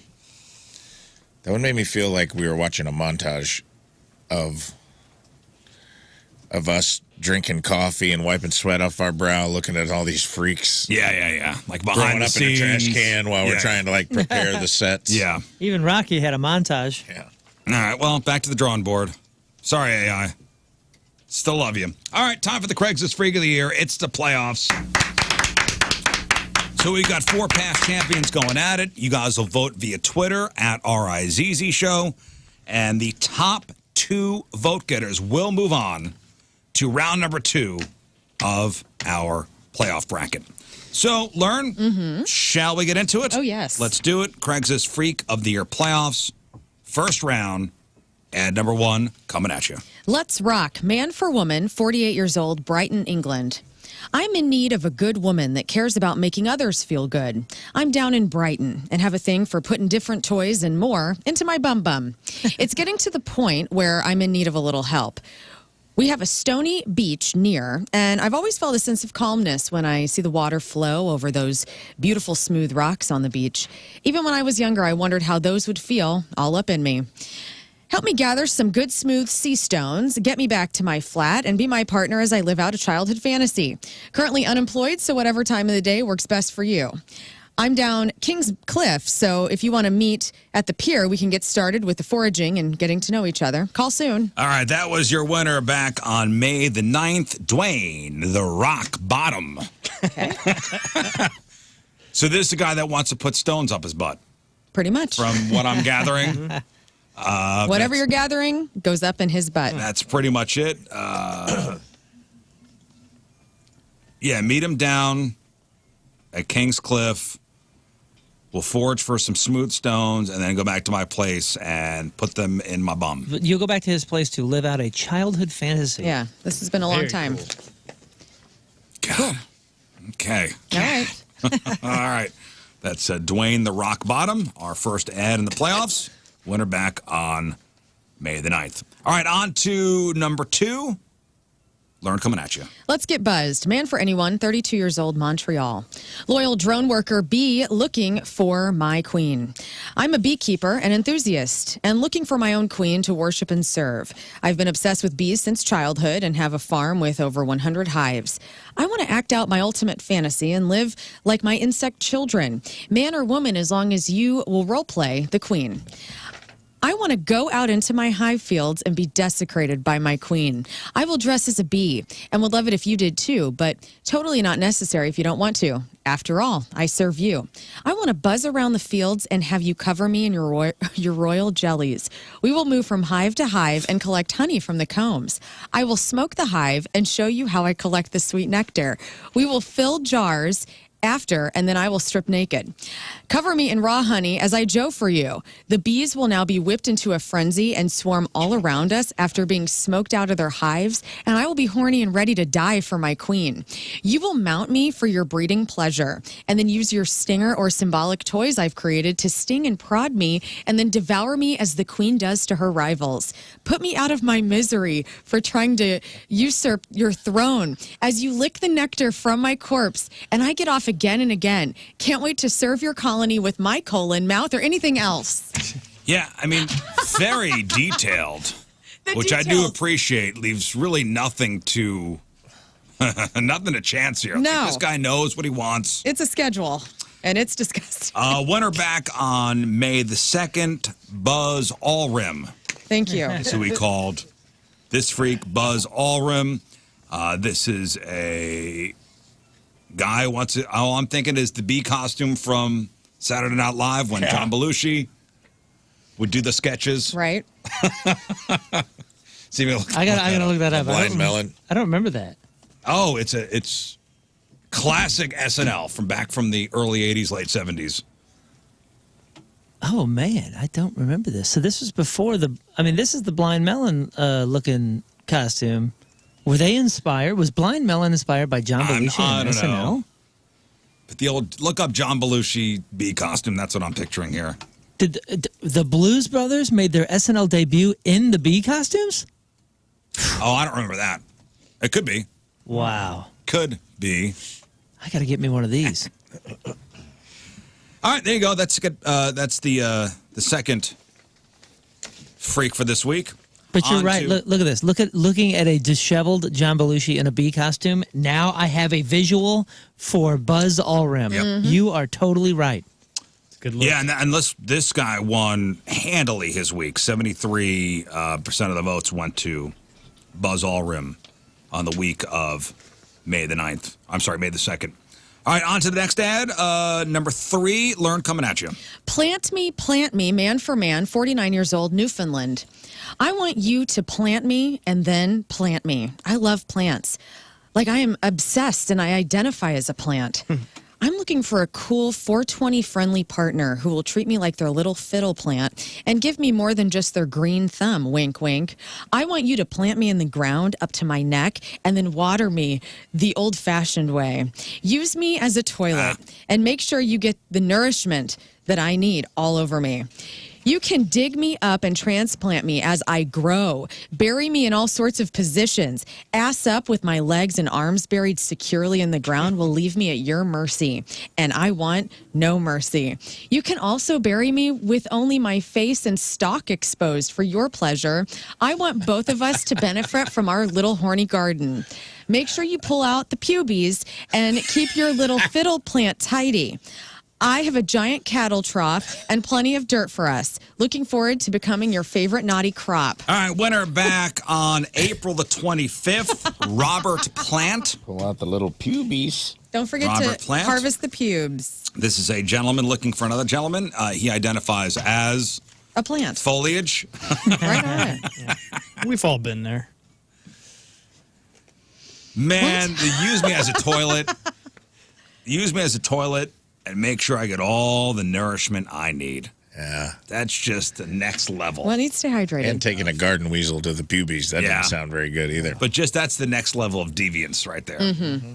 All right, that's Robert Plant, our third Craigslist Freak of the Week. It's the playoffs. And our fourth and final ad. Remember, 2 ads roll through the next round. Lern's coming at you. I want to fill you up. Man for anyone, 36 years old, London, Ontario. I've been into enema play for a few years now and want to increase my limits. I love the way that my stomach hurts when I'm completely filled with liquid. Oddly, not all pain is fun. I prefer not to use any carbonated beverages. I want you to join me in the fun. We will have a little game in place. There will be 5 different pails filled with random liquids of duty water to wine. Hopefully, I will win and just get the plain water, and hopefully you will lose and get the pail filled with my duty water. I do play fair, so bring your own liquids, and we will add that to the collection. Kool-Aid has been a popular one in the past. Please no vomit. The smell was too much for me. If we end up having sex, I'm a stickler for safety, so there'll be plenty of condoms. Okay. Winner back on April the 18th, Filled Collins. Filled Collins. Filled Collins is our fourth and final freak. Just a guy that is into enema play and wants to make a game of it. Sounds fun. Different pails with different liquids. And, yeah. Yeah. You get it. He is a stickler for safety, so plenty of condoms. Love to hear that. Yes, love to hear that indeed. All right, there are your 4 ads. Top 2 vote getters. Move on. All right, you got Dwayne the Rock Bottom, which is number 1. This is the guy. He's in England. He's over by Kingscliff. He just wants you to help him collect stones and put them in his bum. Yep. Stones up the butt. That's the easiest one. Buzz Allrim. This is the guy who wants to buzz around the fields and have you cover him in your royal jellies. By the way, man for anyone. This is guy or gal. Yes. Doesn't care. They're going to fill discriminate. jars and strip naked, and there's a lot of detail about this bee stuff. Yeah. Yeah, so this guy identifies as a bee, and the next guy identifies as a plant. So you got Robert Plant. Yeah, dude, Robert Plant was... That was a surprise. I remember voting for this one, but I forgot about some of the details. Ass up with my legs and arms buried securely. How did you forget that? Leave me at your mercy, and I'm going to be your plant. And use me as a toilet to get the nourishment I need. Yeah. And then you've got Filled Collins, the enema guy. All right, you got to pick one. Dude. Who was number 1? Can I get a quick reminder? Dwayne the Rock Bottom. Rocks in the bum. Not even a contender here. Don't worry about it. That was the coin purse guy. That guy's not a contender here, right? Lern? Yeah, it's Robert. Well, you never know. Robert Plant for me. I remember being just amazed the first time around, and I'm still amazed so many months later. All right, Lern is going with Robert Plant. Moon, I mean, you seem pretty... It's a 2-horse race.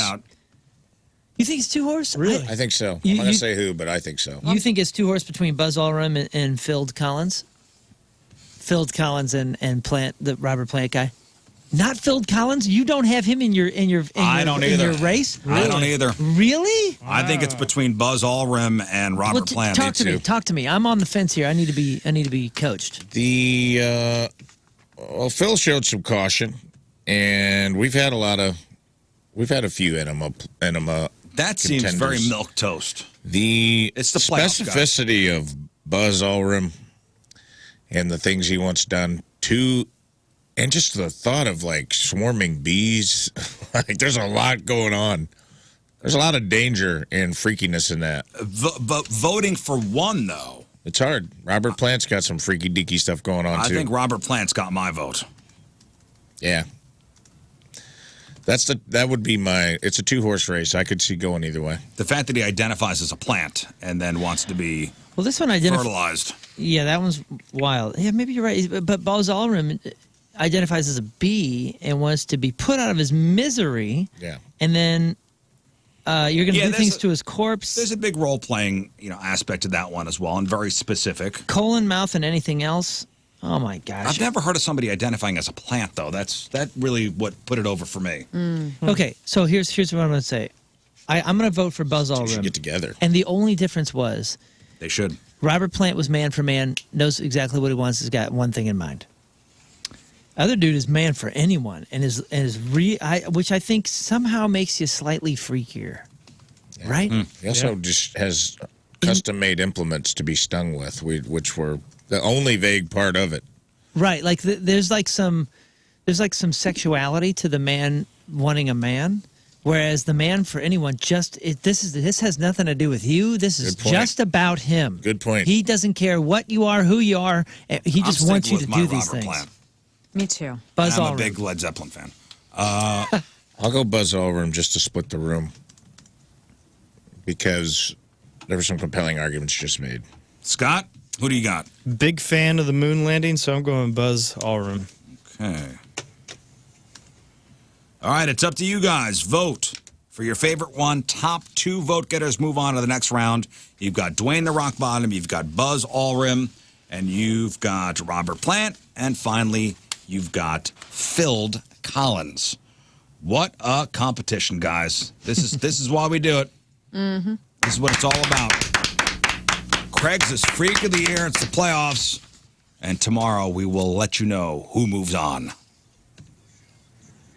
Welcome back to the show. Tomorrow on the program, we don't know what time yet, huh? Comedian Lowell Rel Howery. He'll be here. You know him from such fine films as Get Out. Oh, fun. Yeah, not sure what time yet, but we'll know soon. And Free Guy. And Space Jam, A New Legacy. That's right. And all those movies. Sweet. Very famous guy. Tomorrow, Lowell Rel Howery. On the air with us, you'll see him at Helium Comedy Club this weekend. Couple shows tomorrow, couple shows Saturday, and a show on Sunday. All right, today, August 1st, back in the day, 63 years ago, 1961, Six Flags over Texas. The first park in the Six Flags chain opened in Arlington, Texas.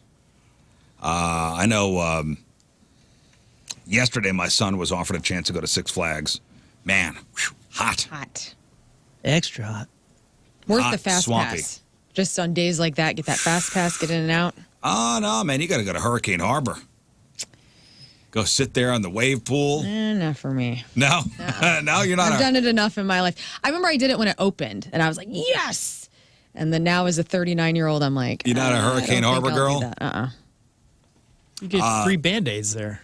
That's right. Yeah, just floating, just floating around. Yeah. 43 years ago today, 1981, this happened.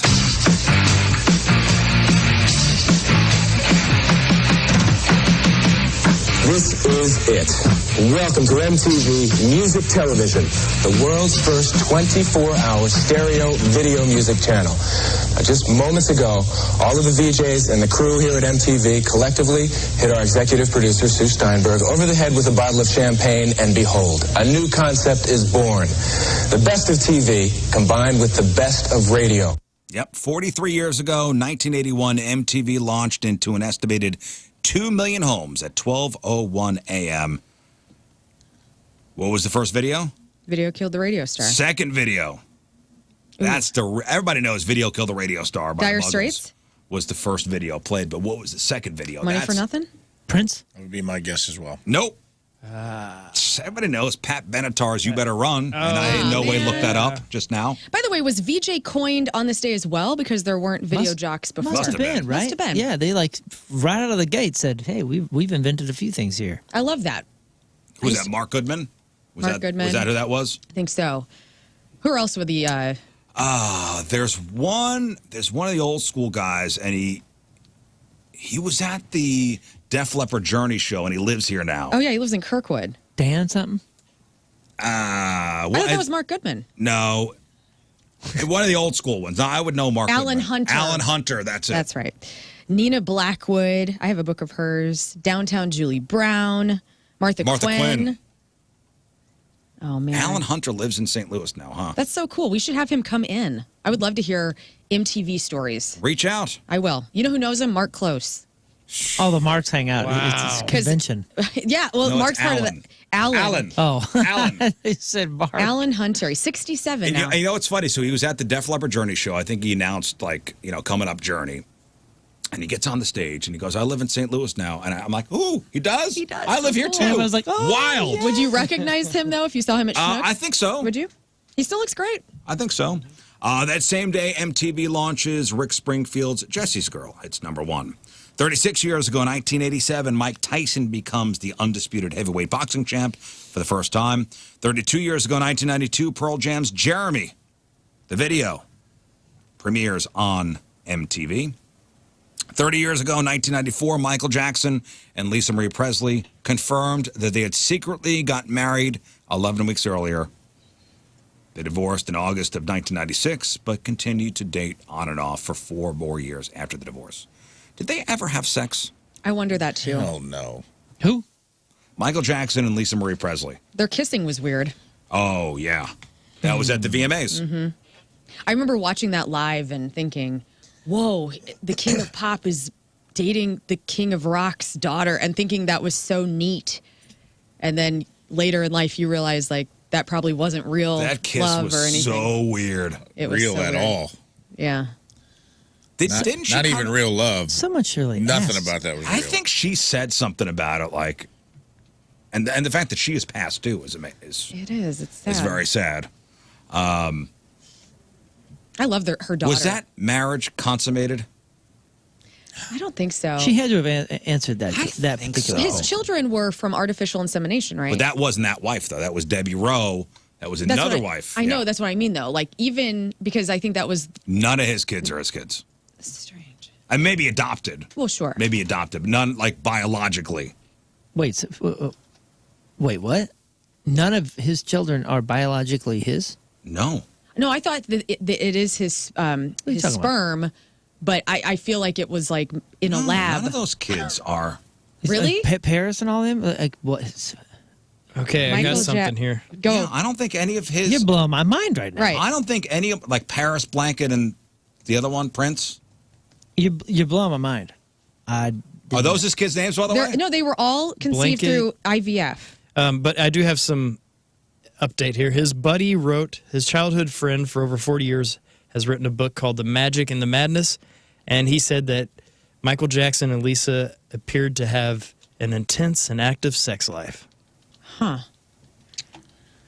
Okay, so the kids are legally his, and he loved them, but they are not from him biologically. Okay, Right. so You're okay, kidding me. Yeah, I always assumed it was IVF with Michael No, Jackson. I did Those too. kids are white. Well, he is- Okay. I mean, but wasn't I the don't woman see white? color. Look at those kids. I understand. And I feel a fool at the moment, but Hold up. I will fully Everybody, admit hold up right now. he's tricking us, right? No, I'm just looking at the question. Who is Blanket's biological Some mother? say maybe Blanket possibly is Michael's. The answer is unknown about the mother. Jackson admitted that he used a surrogate to conceive Blanket while being interviewed in a 2003 documentary, Living with Michael Jackson. He explained with Martin Bashir. Yeah. The other kids are Debbie Rowe's kids. Okay, so, but it is Michael Jackson's seed. No. Yes, how else is it Michael Jackson? Oh, the confusion. And this is Conspiracy what he theory wanted. says a man named Mark Lester. Yeah, they're not his biological Michael kids. Jackson's friend Jason Pfeiffer claimed that the singer confessed to using Lester's sperm to father his children shortly before his death. But it's all these claims. Yeah, but look at none of them look like Michael Jackson. Those kids, man, they have don't no clue. know about that. I swear No. I see it, and then No. I I could see be. it. No. I seen it. Man, I'm. I'm going to go down a Fully rabbit hole after confused. work They're today not into his this biological thing. kids. And you know what? This is what he wants. Right. He wants the confusion. The more confusion, the more talk. That's what his whole brand was. Remember when he was doing a hyperbaric chamber and all that kind of stuff? He even said that he wanted Yes. to be like P.T. Barnum. And here we are. This just genius promotional machine of TMZ weirdness. says that none of the kids Are biologically are his. biologically his. Not even Bubbles. Bubbles, no. The chimp? Bubbles still alive, by the way. Yeah, Bubbles I know. outlived everybody. How strange is I that? love Bubbles. That chimp has Hey, seen Blanket's some- dad was Oliver and Oliver. That chimp is smoking a cigarette in the sanctuary, talking to the other chimps like, I seen it. "Oh, you think you've seen some stuff? Listen, brother, you've never been to the Neverland Ranch, my friend." Man, I'm pretty mind blown. Me too. I'm gonna be stuck on this for a few minutes, and then I'll forget forever. I thought that was known. I thought that was like a. You did? Yeah, I maybe thought that was- maybe it is. That's why. Maybe that's why I'm so taken off guard here. Let me see here. 29 years ago, 1995, Coolio releases Gangsta's Paradise, Hell yeah. which we were all listening to before the show this morning. Yeah, we were. That was, That was what? It just hit. Dope. A lot of high, well, I was to say the spoof, right, of that popular. Oh, yes. Amish. Amish. a lot of high school talent shows recreated that video of usually a girl in like a button-down. I know we had like 3 people do it at our high school, like walking around someone in a chair. Do you remember that video? Oh, yeah. Oh, well, it's Michelle Pfeiffer. Right. And her It's the leather Dangerous blazer. Minds. There was like a lot of lip syncing in high school talent shows. Oh yeah. When she was all sitting AC yeah. Slater. Yeah. Maybe you want to be a teacher, like a badass teacher, you know? In the inner city. In the You inner can make city. a yeah, in the difference. inner city. I was like, I Making could a do this. Making a difference. That was the time. There was the Michelle. There was the Michelle Pfeiffer one, and then there was Perhaps the, I'm a white savior. yeah. Yeah, the- that's what it was the genre of white saviors. Then there was the Morgan Freeman one. Did you ever see that one? Lean on Me. That's a great. Lean on movie. Me. Oh, dude. Different, but yeah. Was that the... That's the one where he was a principal. There's a Jim Yeah. Belushi one, He's too. Joe Clark. Oh yeah, the Jim Belushi one was was it called The Teacher or The Principal? I remember. Then There was the Edward James Olmos one. Then there was the not so nice one, Tom Berenger's The Substitute. Do you remember that? Oh, my. Where he just like He just rolls in a basically just TV. beat the hell out of all the students. He didn't just roll in a television. I And, think the best one though was High School High, right? With John Lovitz? oh, right. I'm just thinking of there was like the cool guy, Wade Dominguez, was the Emilio Ramirez in that Dangerous Mind movie. And I was like, he didn't really do anything else. It's because he died in 1998. Oh, my goodness. He was like the main. Wait, was that the Lauryn Hill movie? The one that projected her? Gangsta's Paradise? Which one had? No, not Gangsta's Paradise. Dangerous Minds? Right. Who's the dude that married J-Lo? That's like a pop singer that has his Mark own. Anthony. Yeah, he was like the bad guy in one of them. Was he? He was like the bad student, the gang member. Or was it Sister Act? Oh, Sister Act. You're thinking Sister Act. Maybe I think it's Sister Yeah. Act. That one was good. That movie still rules. 28 years ago, 1996, the first Game of Thrones book was published, and 10 years ago, 2014, Guardians of the Galaxy was released. And that's what happened back in the day.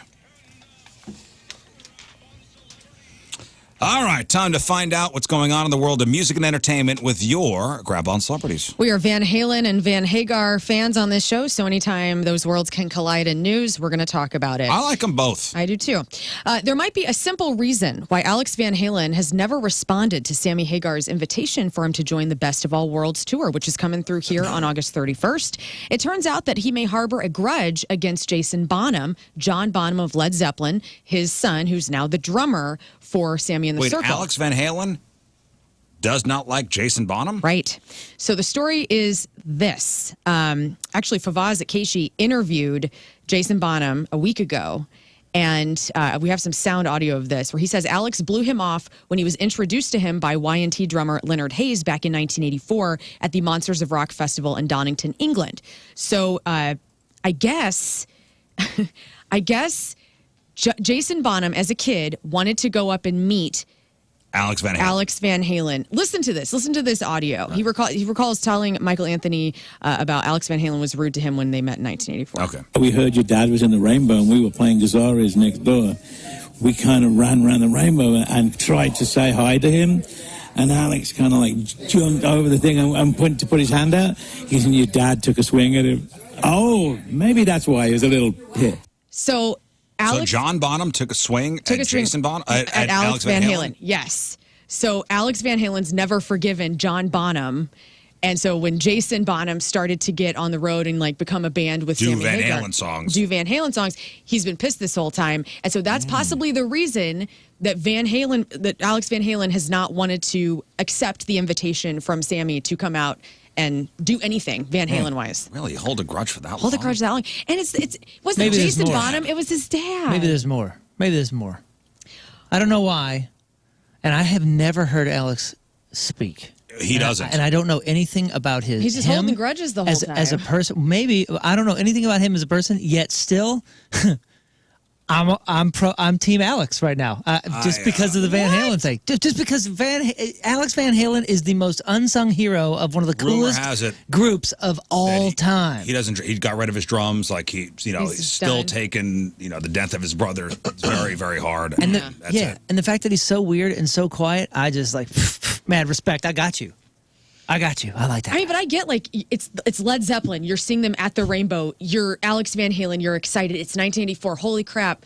You go up. You want to meet one of the best drummers of all time, and he punches you in the face. Hey, if you want a good look into like Eddie Van Halen, Wolfgang, his son, is interviewed on Mark Maron's podcast, the latest episode. Yeah, excellent. What does he say? I mean, just talks about growing up as a Van Halen. Yeah. And you say anything about Uncle Alex? They touch upon it a little bit. And? You'll have to listen yourself. Okay. I'm not going to do that. Well, where's it again? It's on you. It's on Mark Maron's podcast. In other Van Halen news, Sammy Hagar says David Lee Roth went AWOL after inviting him to join him on his Best of All Worlds tour. Roth had initially expressed interest in the tour, saying, I'm in, but Hagar told Eddie Trunk this week that he went AWOL. After clarifying the offer, he just went to sleep on it, which was fine. He goes, I don't need David Lee Roth antagonizing me. Hagar's offer, though, still is on the table. He added, I would tell you all about it. Love Diamond Dave to come out and sing Jump at the end of this show. Just come out and sing the mother effer instead of me. So it's still out there. We could possibly You never know what's going to happen. You never We know. have 31 days. We have 30 days until this Best So of it's here? Both Worlds tour is here. Wait, so with all this stuff, Sammy's still saying, "Come on, man, you should be singing this." Yeah, Yeah. Pro Sammy. Sammy's okay in sharing the spotlight. he is. Anyway. Sammy Rafe. needs Dave. Get out of Oh, here. here we go. And he knows it. Get out of here. Get out of If here. anybody needs You're welcome, Diamond Dave. I'm not going to abandon you in your hour of need. Gavin Rossdale and Bush and Jerry Cantrell of Alice in Chains are going to be here on August 10th at St. Louis Music Park, and we could be hearing new music from both of these artists. So Gavin says great. a new Bush record is ready. They got 10 new songs. They did consider releasing a new single ahead of this tour, but they ended up deciding they didn't want to take any attention away from the band's recent greatest hits compilation, Loaded. Jerry Cantrell of Alice in Chains has released a video of his new single, Vilified, which you can hear on YouTube. And again, they'll both be here on August 10th at St. Louis Music Park. Papa Roach have recorded a new version of Leave the Light On with Carrie Underwood. It's going to be released tomorrow. Proceeds will go to the American Foundation for Suicide Prevention. The estate of Pantera's Dimebag Darrell has launched a new line of liquor called Blacktooth Beverages. It includes Blacktooth American Rye Whiskey, Blacktooth Blended, which blends whiskey and vodka, Blacktooth Grin Ready to drink single-serve cocktails, which is a canned mix of Blacktooth Blended and cola, available in leaded with sugar and unleaded, which is sugar-free. Man, those coins. Yeah, huh? they're just dropping that Lot of money coins. on the estate. Sets by Blink-182, The Killers, Deftones, Pierce the Veil. They'll all be featured this weekend for Lollapalooza. It actually starts tonight, or today, rather. That's this weekend, That's this weekend in Chicago. So if you're a fan of Megan Thee Stallion, you're a fan of Blink-182, Kesha, The Killers, SZA, St. Louis' own. Have you been to Lollapalooza? I have twice. The Chicago version? Yes. And the St. Louis, whenever it was touring. Yeah, that doesn't really count. Oh. Now I'm talking the Chicago incarnation. Yeah, twice. I went once. Yes. What'd you think? I loved it. Who did you see? Rage, Nine Inch Nails. Heard of What? And it was a Yeah, but It there was was a a lot mess? of garbage in between them. Well, that's Garbage was in about it. between them. You got Garbage. three great bands. I loved it. I stayed at a hotel like right across Grant Park, across the street, so you could just come and go as you want. And Who'd you see? Oh my God! To be honest with you, I don't even remember. It was like such a. All right. It was Lady Gaga that's a stands 5-star out. Review. Maybe Red Hot Chili Peppers. Sweet. Who else did we see? It was a Blur. Blur so played. they're Blur- good. Blur You got to was see there? Garbage. You got to see Blur. Man, that is awesome. Yeah, I was like, pretty cool. man, just to see these headliners. Not for you.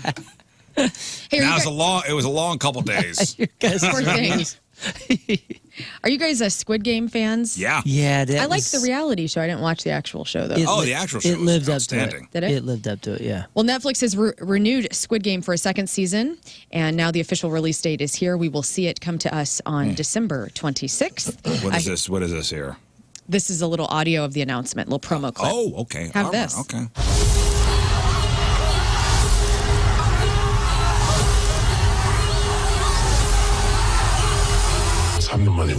다시 게임에 참여하시겠습니까? What was that? That's one of the characters, I guess. No, I know it's the. But what did he say? We can't say it on the radio. He said, guess what? December 26th, you're going to be able to watch this new season. Oh, That's really? what he Said said. all that? Squid Game 2. There's something It's about here. the Korean language that is so intense and captivating in like a really good way, and it goes perfect with these kind of things. This came out in 2020, right? The first one? 2020. It was a COVID. It was a COVID. It was a COVID thing, and that's why I want to say 2020. Yeah. certainly in hindsight, and I think I was able to admit it then, but in hindsight, and I think this did it to a lot of people.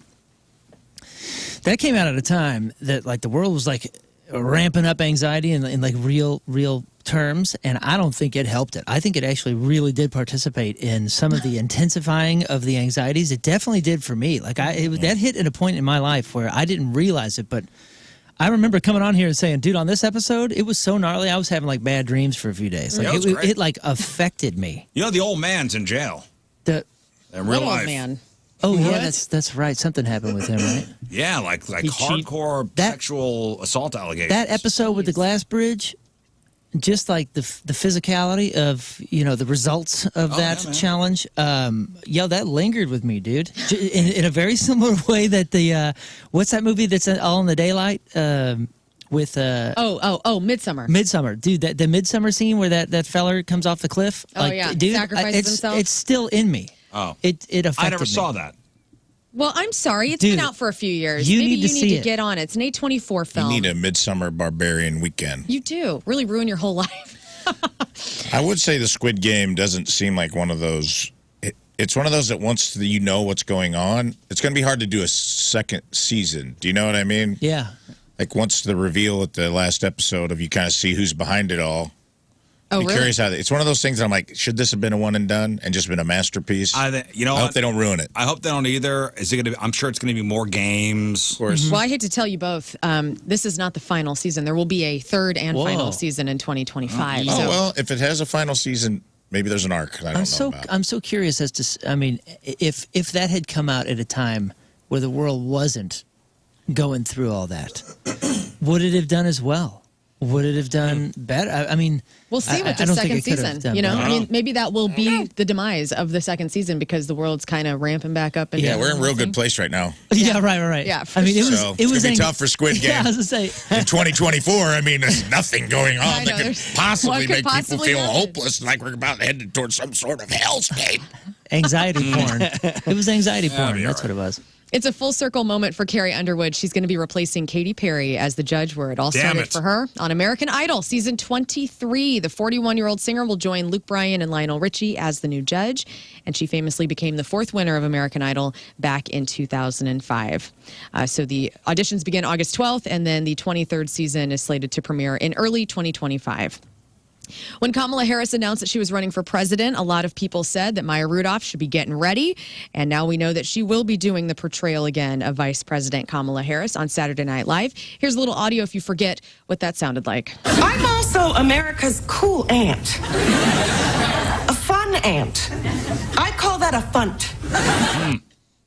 Rudolph won an Emmy for her performance as Kamala Harris in 2019, and she's played, she's played her for a while. So that Loot show that she was doing was really good for the first season. I feel like it's kind of gotten boring, but yeah, it was good. Adam Scott's in it. Ron Funches is in it. Yeah. Great. He plays a great character in it. Yeah, it was worth the first season for sure.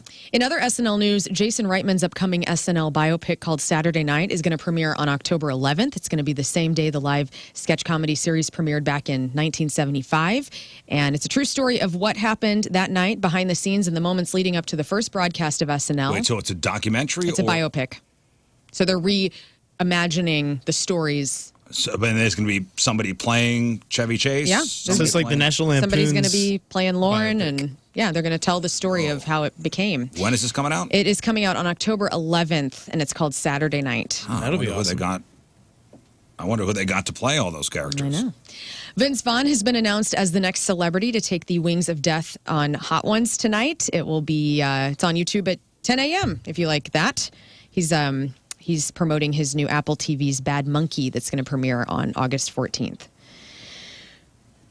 And parts of the second season finale of HBO's House of Dragon has been leaked on social media. Variety reports that dozens of clips from this Sunday's finale were posted to TikTok. So if you're wanting to be surprised, avoid it. Yeah, avoid the spoilers. Stay off TikTok? Stay off TikTok. In comedians news, Pete Davidson has checked into a rehab facility in order to focus on his mental health. People reports that the move came after Pete Davidson wrapped a string of 200 different stand-up performances across the nation, and that his mental health, has always been a priority for him. So good on him for getting the help that he needs. And finally, guys, we talk a lot about movies on this show, and we have a lot of hard opinions. People on Reddit have listed some of the movies, most iconic movies, that should never have a remake. So when you think of a movie that is perfect, 30 years old, you never want to see it redone. Because, this is how I feel about The Crow being remade. I'm like, what are you doing? It's just going to ruin it. Yeah. Mm-hmm. It's ketchup on steak. What are you doing? Yeah. So when you think of those movies, I'm going to give you some lists here. Okay. And then you tell me if you think they could have done better. Reddit has opinions. Okay, all right. The Princess Bride. Oh, you can't redo that. No? No, that was a time and a place and a cast. And a color. The Shawshank Redemption. Could it be redone? No. Yes. You think so? Yeah. It's a perfect movie. It is truly a perfect movie, but I can see that being redone in a different style because it's a Stephen King adaptation. And This is off Reddit? This is off Reddit. right? I mean, I can think of one. I got one in my head. Yeah. I bet it's on I'll get it at the end. I'll get what you think if it's not on this list, okay? The Godfather. Should it be redone? Nah. Try to do it again? No, I mean, can't vote. Never it's seen already it. had sequels anyway. Yeah, but this is a redo. Like I get it. redoing Complete it. reboot. No, I would You not can't do get that. rid of Duvall. If he wasn't in it, fine, but No, it's He's so perfect. yeah. Robert Duvall's great. I mean, Marlon Brando. I mean, it was a time. It was a Yeah, but does the story I'm sorry, not the story. Is how the story told in that movie that was made in what 78 or whenever it was? mid-70s. Would it have the same effect in the storytelling style to someone seeing it now for the first time as a 20-year-old, let's say? It was just the style of it. It was just the style of the way Coppola did it. Right, but it's how you understood the style. And our kids are not understanding the same styles that we understood because they've been raised in a different world. And The Godfather's based off a book by I think Mario Puzo. So it's not a Coppola story. Yeah. So the story could be told, I guess, again, but the style of it just made the story all the more. The show is good too, by the way. They made a show? There's a show about the making of The Godfather. about getting it made Darn, and I was like in the hopes way of the sitcom. mob got involved with Mario Puzo and all that stuff. It's worth the watch. Maybe they'll do that. Something like that is better than remaking the movie. they need a Godfather sitcom. Yes. Comedy, 30 minutes. Not a bad idea, actually. Yeah, 30-minute sitcom is good. Yeah, that's the language of the youth. Live studio audience. What about Blazing Saddles? Does that movie need to be remade? I don't think so. I don't Could think not. I don't think it does, but because it is done perfectly. But I think for this day and time, it has to be if it's done in the same exact honoring way. And it never would be. And it needs to be brought up because we've gotten so ridiculous, and that movie will bring you right back to the center, you know? And it's You this can't soften wisdom. it. No. Yeah, But I but think it'd be important for young kids to see it just so they can be brought back to reality where it's like, oh, yeah. What do? You just change the language of the script? Like, I mean, No, you I keep it wouldn't the even- same. I mean, The because answer's it's no. ridiculous. We've The written answer's things That's a hard out one. of hand and silly. Another one on this list, Die Hard. Yeah, you can remake that. Okay. For sure. Pulp Fiction. Yeah. Could you remake Pulp Fiction? It's kind of one of those moments where unless you have Quentin Tarantino do it, and he wouldn't do No, it you again. can't remake that. You can't remake that. Jaws. Yes, you could remake that. Okay. But haven't they tried to do that with the different shark movies through time? Yeah, but if it's that story, and I'm sure Steven Spielberg can go back and redo it with better special effects and a better shark and Yeah. It Finding won't be. those- It won't be the same because It won't be the it's same. come CGI and special effects. We're inundated with it now. When that shark made its first appearance in '78, people. I mean, that caused Phobia. phobias. well, it was yeah. also the fact of not seeing the shark Yeah, you didn't is what see made the it scary. You could never do that now. Yeah, It was true. an introduction of a style, which is what made it. Not seeing the shark made it scary. You know, I'm going back to Pulp Fiction just for a second, just because I'm thinking like it could be done, and the reason to redo it is to do it in a different style, and it's such a cool story, and it's such a Tarantino edit. Mm-hmm. But there's some really cool and clever editors out there that are doing some neat things Where the these way days. it's all out of order and Right. different story, different stories being told at different times in the movie. I mean, it would have to take some really unique talent pool, like a combination of it. But I would love to see somebody Right. try it because it's such a wacky story. And finally, Back to the Future. Oh man, that hurts be my remade? feelings. I don't think it can. The magic of Michael J. Fox. I think he and Christopher Lloyd. Without Yeah. them, I Well, don't Moon- think that would be as good. Have your kids seen it? Back to the Future. Yeah. Love it. Yeah. So I guess it holds up. Then I say keep it. Yeah, What but were you thinking? I also force fed that kind of stuff to Okay. them, early, and basically said, "I won't love you if you don't like Back to the Future." As any good dad does say. What were you thinking, Rafe? One Flew Over the Cuckoo's Nest. I've heard rumors they wanted to remake that, and I was like, don't do it, man. It's a perfect movie. Jack Nicholson is that guy. It is of its time. Don't redo it. Huh? I never saw that. I went a little lighter. You guys went really heavy, and I thought Sandlot. The Sandlot is the most perfect movie. You're right. Captures the remake time, that. everything. You could remake that. Yeah, you think You know so? what else? Goonies. Oh, Don't do it. Yep. Leave it alone. You know why you could remake The Sandlot? Because the characters aren't Well known. well known. Okay, but I would see it making more sense to remake the Goonies before the Sandlot because the Goonies was about kids' I think adventure. there is a sequel in the works for Goonies. But, it's about kids being outside and adventuring, and we would love that, and I think you could tell that story for hundreds of years, whereas, like, this baseball movie was about, like, a time in the world. Yeah, I think Tommy Boy, too. Couldn't get the PG rating on the Goonies movie today, though. No way. And that is your crap on celebrities. All right, let's do birthdays. Celebrity celebrating a birthday today. Jack O'Connell.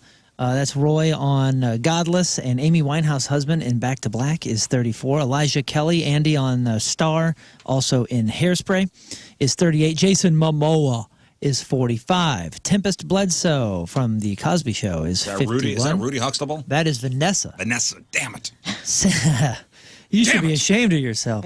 Sam Mendes, who wrote and directed World War I movies 1917, also directed Road to Perdition, Jarhead, Skyfall, and Spectre, and made his debut with American Beauty. Sam Mendes did at 59. I'm sorry, he's 59. Adam Duritz from Counting Crows is 60. John Carroll Lynch from American Horror Story is 61. Demian Bashir, Detective Marco on The Bridge, also in Weeds and Machete Kills, is 61. Chuck D from Public Enemy is 64. Joe Elliott, Def Leppard singer, is 65. Michael Penn, that's Sean's musician brother, also married to Amy Mann. Michael Penn is 66. And Robert Cray, the blues man, Don't Be Afraid of the Dark was his biggest hit, is 71 years old. Can I ask? Yes. Vanessa's the worst Cosby kid, right? Out of all the Cosby kids, when you watch the show, I was least interested in the Vanessa stories. Is that fair to say? Yeah. Rudy, better than Vanessa, right? What about Lisa Bonet's character? Loved Denise. Well, what's the older sister that was kind of in and out? That was married to Elvin, or whatever. I thought that was Lisa Bonet, right? Didn't know, unless she got replaced. She went away to college. Oh, I forget. Different world. Yeah, I forget. Yeah, Vanessa was. Yeah, okay. Yeah. I always wanted to know what's going on. Lisa Bonet also was just hot. Yeah. What was her name on? She was the hot Cosby kid. Denise. Theo, Vanessa, and Rudy. Theo. And then Sandra, I think, was the oldest sister. Oh, that's right. That's right. All right, today's porno birthday, which is being brought to you by Patricia's, where fun and fantasy meet, is Brittany Blaze. And today's birthday girl's been in 44 fine films, including Caught My Wife with a Gangsta. Oops. Mommy's boobies are fat and sloppy. What the heck? Nobody does it redder. Older women say ah 2. Real raunchy redheads 4.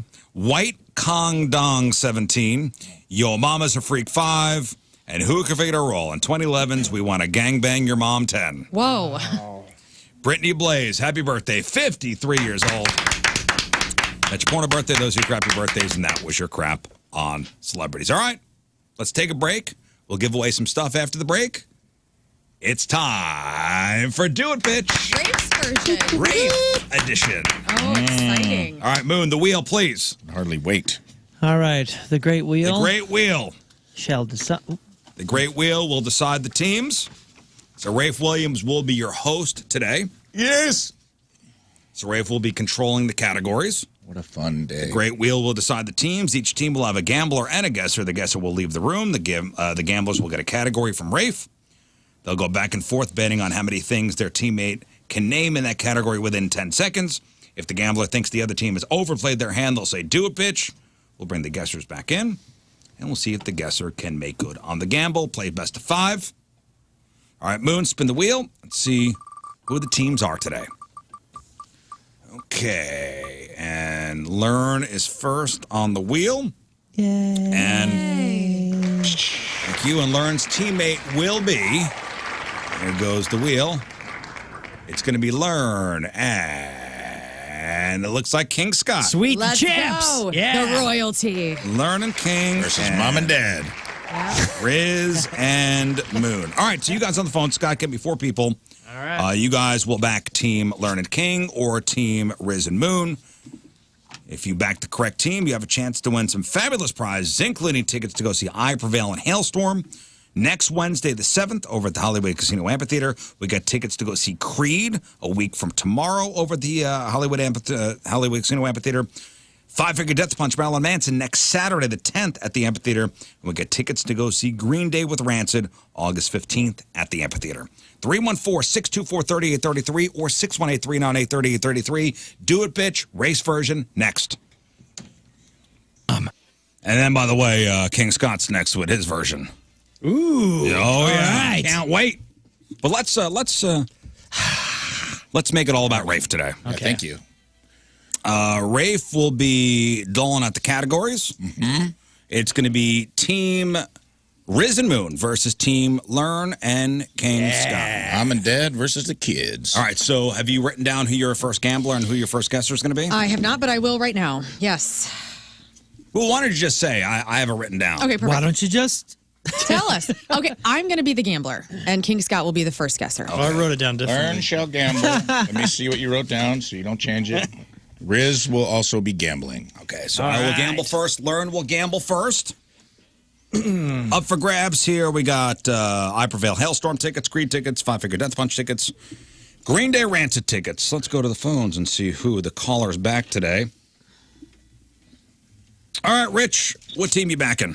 Let's go with Rizz and Moon. Rizz and Moon. Okay, hang on. Ed, what team you backing? Lern and Scott, please. What's Yeah, up? Ed's Okay, all right, calm He down, knows. Scott. He knows. Josh, who you backing? Moon and Rizz. Okay, Rizz and I Moon. don't want tickets. All right, and John, who you backing?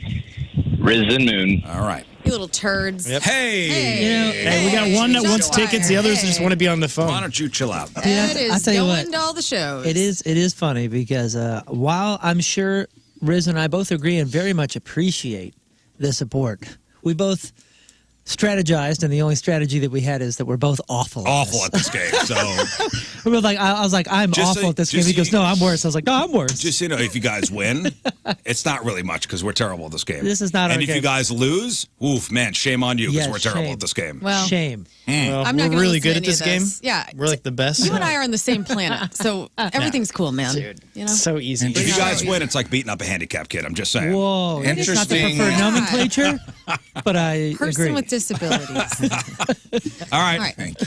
Guessers, Beating up a person with disabilities. Get out. Is very All right. Hey, good luck, man. Remember, stick to the Yep, I'm to the- sticking to to the, our to the game plan, plan or too. sticking Get to the it. hell out of here. It's time. Tis time. Don't screw this up. I'm going to try not Uncle to. Rafe's in charge today. R-rated movies. Everybody. Let's go. Who's seen Showgirls? Yeah. We're going to solve that right now. All right. Here we go. Rafe Williams. Are they gone? They're gone. All right. Rizz and Lern. Let's see, who's going to gamble first? Who spun first? I was the one. Lern's name came up first. Then you will start. Let's go. Lern and Rizz. How many types of sex toys This is the best. can your teammate name in 10 seconds? Now- and when I say types, because I know questions are coming, there has to be it doesn't have to be brand names, So Okay. like butt plug, but Dildo. butt plug, nipple you clamps. can't do dildo and double dildo. That's still a type. Two-way dildo, dude. But what if But it's that's- dildo you and can't- vibrator? Dildo and vibrator, yes. But those are different. One has a base, and one does not. Wow. So, in my opinion, those are two different experiences. Okay. Okay. So I would count as two if he says dildo and double headed. Those will be two. Yeah. Okay. What about rabbit? That's a vibrator. That is a very specific type of vibrator, though. And also would Okay, count but as if a dildo. but if he says vibrator and says rabbit, I will take vibrator. I will take bullet. I will take edible panties. I will take sex swing. I will take Whip. dildo. I will take whip. whip, sure. Clamp, Nipple clamp. That is a sex toy. a choker, a No, gift I do mask. this every Monday. I want to see who's paying All right, attention. go ahead. Oh my God, that's the sexiest man. This man has waited his whole life. Sex. He owns a sex wedge, by the way. This man is a man That who is is to having me nonstop. is a sex toy. That is a individual sex toy. I'm going to say that King Scott, he can do 5. 5. Very nice. Nice even 5. Scott I think Moon Rizzuto. can do 6. Moon can do 6. Learn. You know, you guys did shower him with a lot of sex toys for his bachelor party. I'm going to say do it, bitch. Oh. Ooh, 6. Oh. Yeah. Okay. Okay. Okay. Man, this is It is Okay. low, but we're all perverts in this room. So, All right. that's Well- my point. Look at you for. Well. Okay, you got the countdown Ready to roll? Let me get the timer up. Here we go. Make sure this works right. That works. Wow. Okay, let's see. All right. Moon's getting the timer ready. Get the timer ready and just sit back and relax because, Moon, you're up. All right. Okay. Well, all right. Lern, come on over and hit this That's controller here for. good news. Good Moon. news indeed. Yeah, it is. May I borrow the cat? Yeah. Valjean. You gonna need it, I'ma borrow pal. the You cat. gonna need it. All right. And your number's 6. 6. Oh. Tight. Give me. In 10 seconds, Moon Valjean, name me 6 types of sex toys. Dildo, vibrator, silver bullet, the sleeve, the monster thing. Let's see. A ring, a chain, a whip, a. Yes, he got it. Woo! Wow. One at the end. He got it. 2 of them got were it. identical. I got stalled there. Yeah, but you said whip. The ring. You got the whip. You're good. You're good. If he would The have stopped at vibrator ring, and the rabbit are the same Yeah. thing. we would have though. had an argument. Would but he you- got- he We would made have had it. an He argument. Did I say silver rabbit? bullet. Would you No, have he taken? didn't say rabbit. No, He what said- did you say? You said you Silver said bullet. Silver bullet. Yeah, which we is talked about which is that. a vibrator. Yeah, but he said It's different. no. He said that. very The specific. bullet's different. Well, it's different. We actually We even discussed talked that. about that. He's good. We even mentioned that. Okay. Okay. Hey, man, Hey. calm We down, even dude. mentioned that. Calm the hell She gave down. the eyebrow. She goes, Would you have "Okay." taken car muffler? I would have taken, just Okay. about anything. Tree, You need a car silver muffler. bullet for your Sleeve. balls Wow. right now. I'm sorry, Mom. Sleeve was debatable because I'm like, is that a thing? It is a description of a thing. I don't know if it's a type. It's the thing we were just talking about. The The fleshlight. well, no. It's the sleeve that makes you bigger. Okay. Remember, wasn't it just a sex toy? I don't remember if it was called a sleeve. But that makes it sound way grosser. Well, All right, they're gone. hey, baby, on the board, Well. feeling fine. They gone. Here we go. In 10 seconds, boys, Lern gambled first, so I will defer to Moon Valjean. All right. You will gamble on Scott Rizzuto. How many, in 10 seconds, Rolling Stones songs can Scott Rizzuto name? Oh, 6. 6 Rolling Stones song titles. Okay. Scott? I know he's a big fan of music. Does he know that much about the Stones? They are an iconic band. They have been discussed on here recently.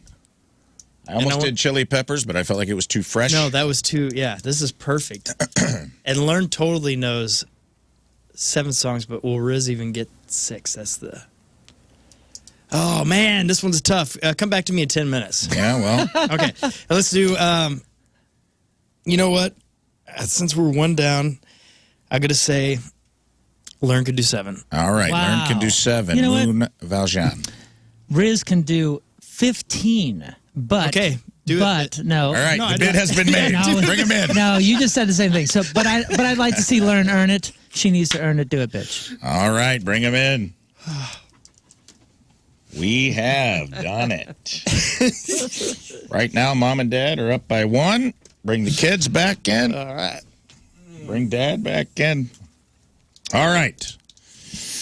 Bets were made Yes. fairly quickly. Scott Rizzuto, Yeah. are you ready to watch Lern?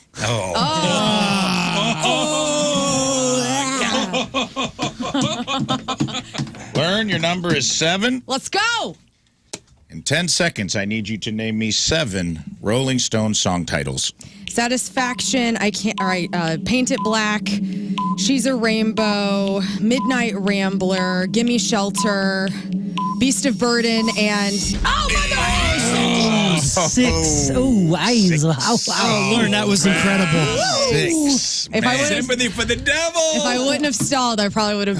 You had that. You say Street Fighting Man? No, I said I don't know what. Oh, I you said. went kind of deep. Seven. She's a rainbow. She did deep cut. She's a rainbow. I was ready for Gosh a brown damn it! sugar. My mother's gonna be so or- disappointed. Get Jill on the phone. Good thing she's in Denver. Feeling good. I'll see you in the hallway. All right, good bet man, in you better text. feel good, Scott. That was good though. It was my fault. I honestly thought you could both get close to 10. And I thought they bet you low. All right. This is for all the marbles. We're up 2-0. 2-0. Lern started out the gambling last time in here. What's the matter? I was going to say, by the way, my husband touched my butt cheek the other day, and he was like, what the hell? And he's like, you have a huge welt on your ass because we played it on Monday. So I'm not looking forward to this if we get shot again. You know, we've come down from 2-0 before. Yeah. I've done it. I know it can be done. It can be done. Rizzuto, you will gamble first. Okay, here we go. Living or dead? How many famous Toms can your teammate name in 10 seconds? Famous Toms. Famous Toms. Toms, Tommies, or Thomases.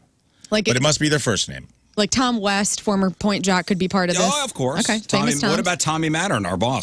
Tommy the boss? Locally famous. It's a little brown nosy, but I'll give it. What about Tommy John's, the underwear?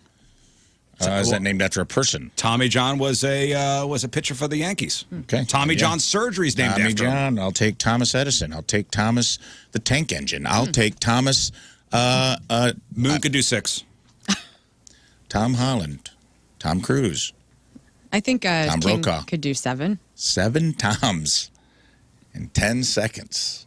Can Moon name 8 Toms? Tom Jones? Do it, bitch. Tom Hardy? Let's do it. Do it, bitch. Bring them back in here. You're going to live and die as a team. You know what it I'm is? in. It's yours to lose. You know, it probably is. I mean, let's be real. That's the smart move here. Bring them in Bring forth the men. from the wall.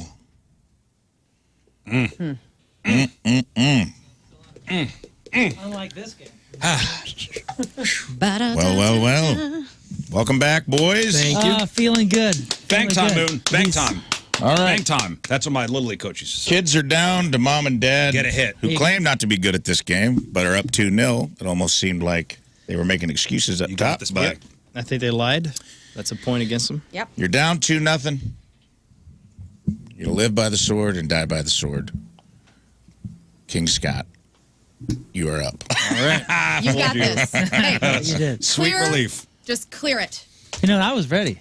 King Scott. Whatever comes to mind. No. 10 seconds. Hang on. Don't say that to him. 10 you know seconds. what's up there. I know. I just love him, and I want him Clear to the mechanism. Tell him the number. Tell him the Your number. number is. Not what's up there. I got this. Okay. Your number is 7. Okay, I like that number. All right. The number is 7. Yes. Living or dead? I need you to name me 7 in 10 seconds. Famous people with the first name Tom. Tom Hanks, Tom Allen, Thomas, the Choo Choo Train, Tom Thumb, Tom. I don't know, man. Tom Thumb was a good That's one. it. We did it. We All did right. it. We did It's it. okay. We did it. We could have named Tom. Derringer, now they're kicking. Now it's I starting know. to work. Who's Tom Allen? Tim Allen, I think is who he is. I'm sure there's a famous No, there's Tom, a Tom Allen. He was the weatherman in Cincinnati Tom from 86 Allen. to Cruise, Tom 98. Jones. He's an English comedian and actor. We should all know Tom Yeah. Allen. No, No. he's a big star. Okay. I'll give Thomas- you Tom Allen. You're still 4 short. All right, let's do it again. Let's just try it again. Give me another Thomas one. Tank Engine. Would have worked. I even took Tom the Choo Choo Train because I knew We what he say meant. living or dead. And Let's do it I'm, again. You said Tom the Choo Choo Train? no, I said Thomas. Thomas Jefferson, Thomas Edison, I mean, there's a Yeah. million Toms. We Yeah. would Those are have talked Toms. about Cruise. Tommy Mattern. Tom Brokaw. We would take a Tommy Mattern, Tommy Tom Two-Tone. West. Yep. Well, Well, I'm sorry, about guys. This is a bummer. that's Sweep. okay. That was a hard sweep. It was a sweep, and That was an easy congratulations sweep. to Rich, Josh, and John. Sorry, Ed. Well, Back on the right team. I'm bummed because I had 2 more categories that were really Well, fun. you're going to have to save him. I'll have to save them. I'll have We'll to do another I'll pass Rafe. them off We'll do another Rafe edition next. someday. Oh, man. I am relieved. I had some thin pants on today. Wasn't thinking this was coming, Those are and thin. my butt was already. Can you have done 8 Toms?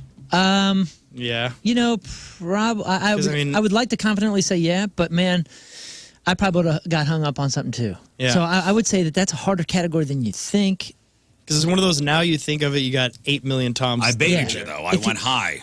So I started with 6. Yeah, that was knowing the you'd move. go 7. So that was their And then I was gonna strategy let you- today. Well, I knew he could get 6. That's too low. Well, I was going to. My whole thing was if we're up 2-0, it's yours to lose. Yeah, I would have said Yeah, man. We know. This is the way the game is played. They, know, and and they did. They're And different we- strategies. we did lose. They're different strategies. I'll be honest. I probably would not have gotten it. Well, good. Nah, you would have. I don't know. 6 is too low. 6 is a good, you just need 1 extra second of thought. Like you could do 2 seconds. Well, let's spin the Yeah. wheel to see if Rafe's getting shot too. Yeah, that'll suck. Okay.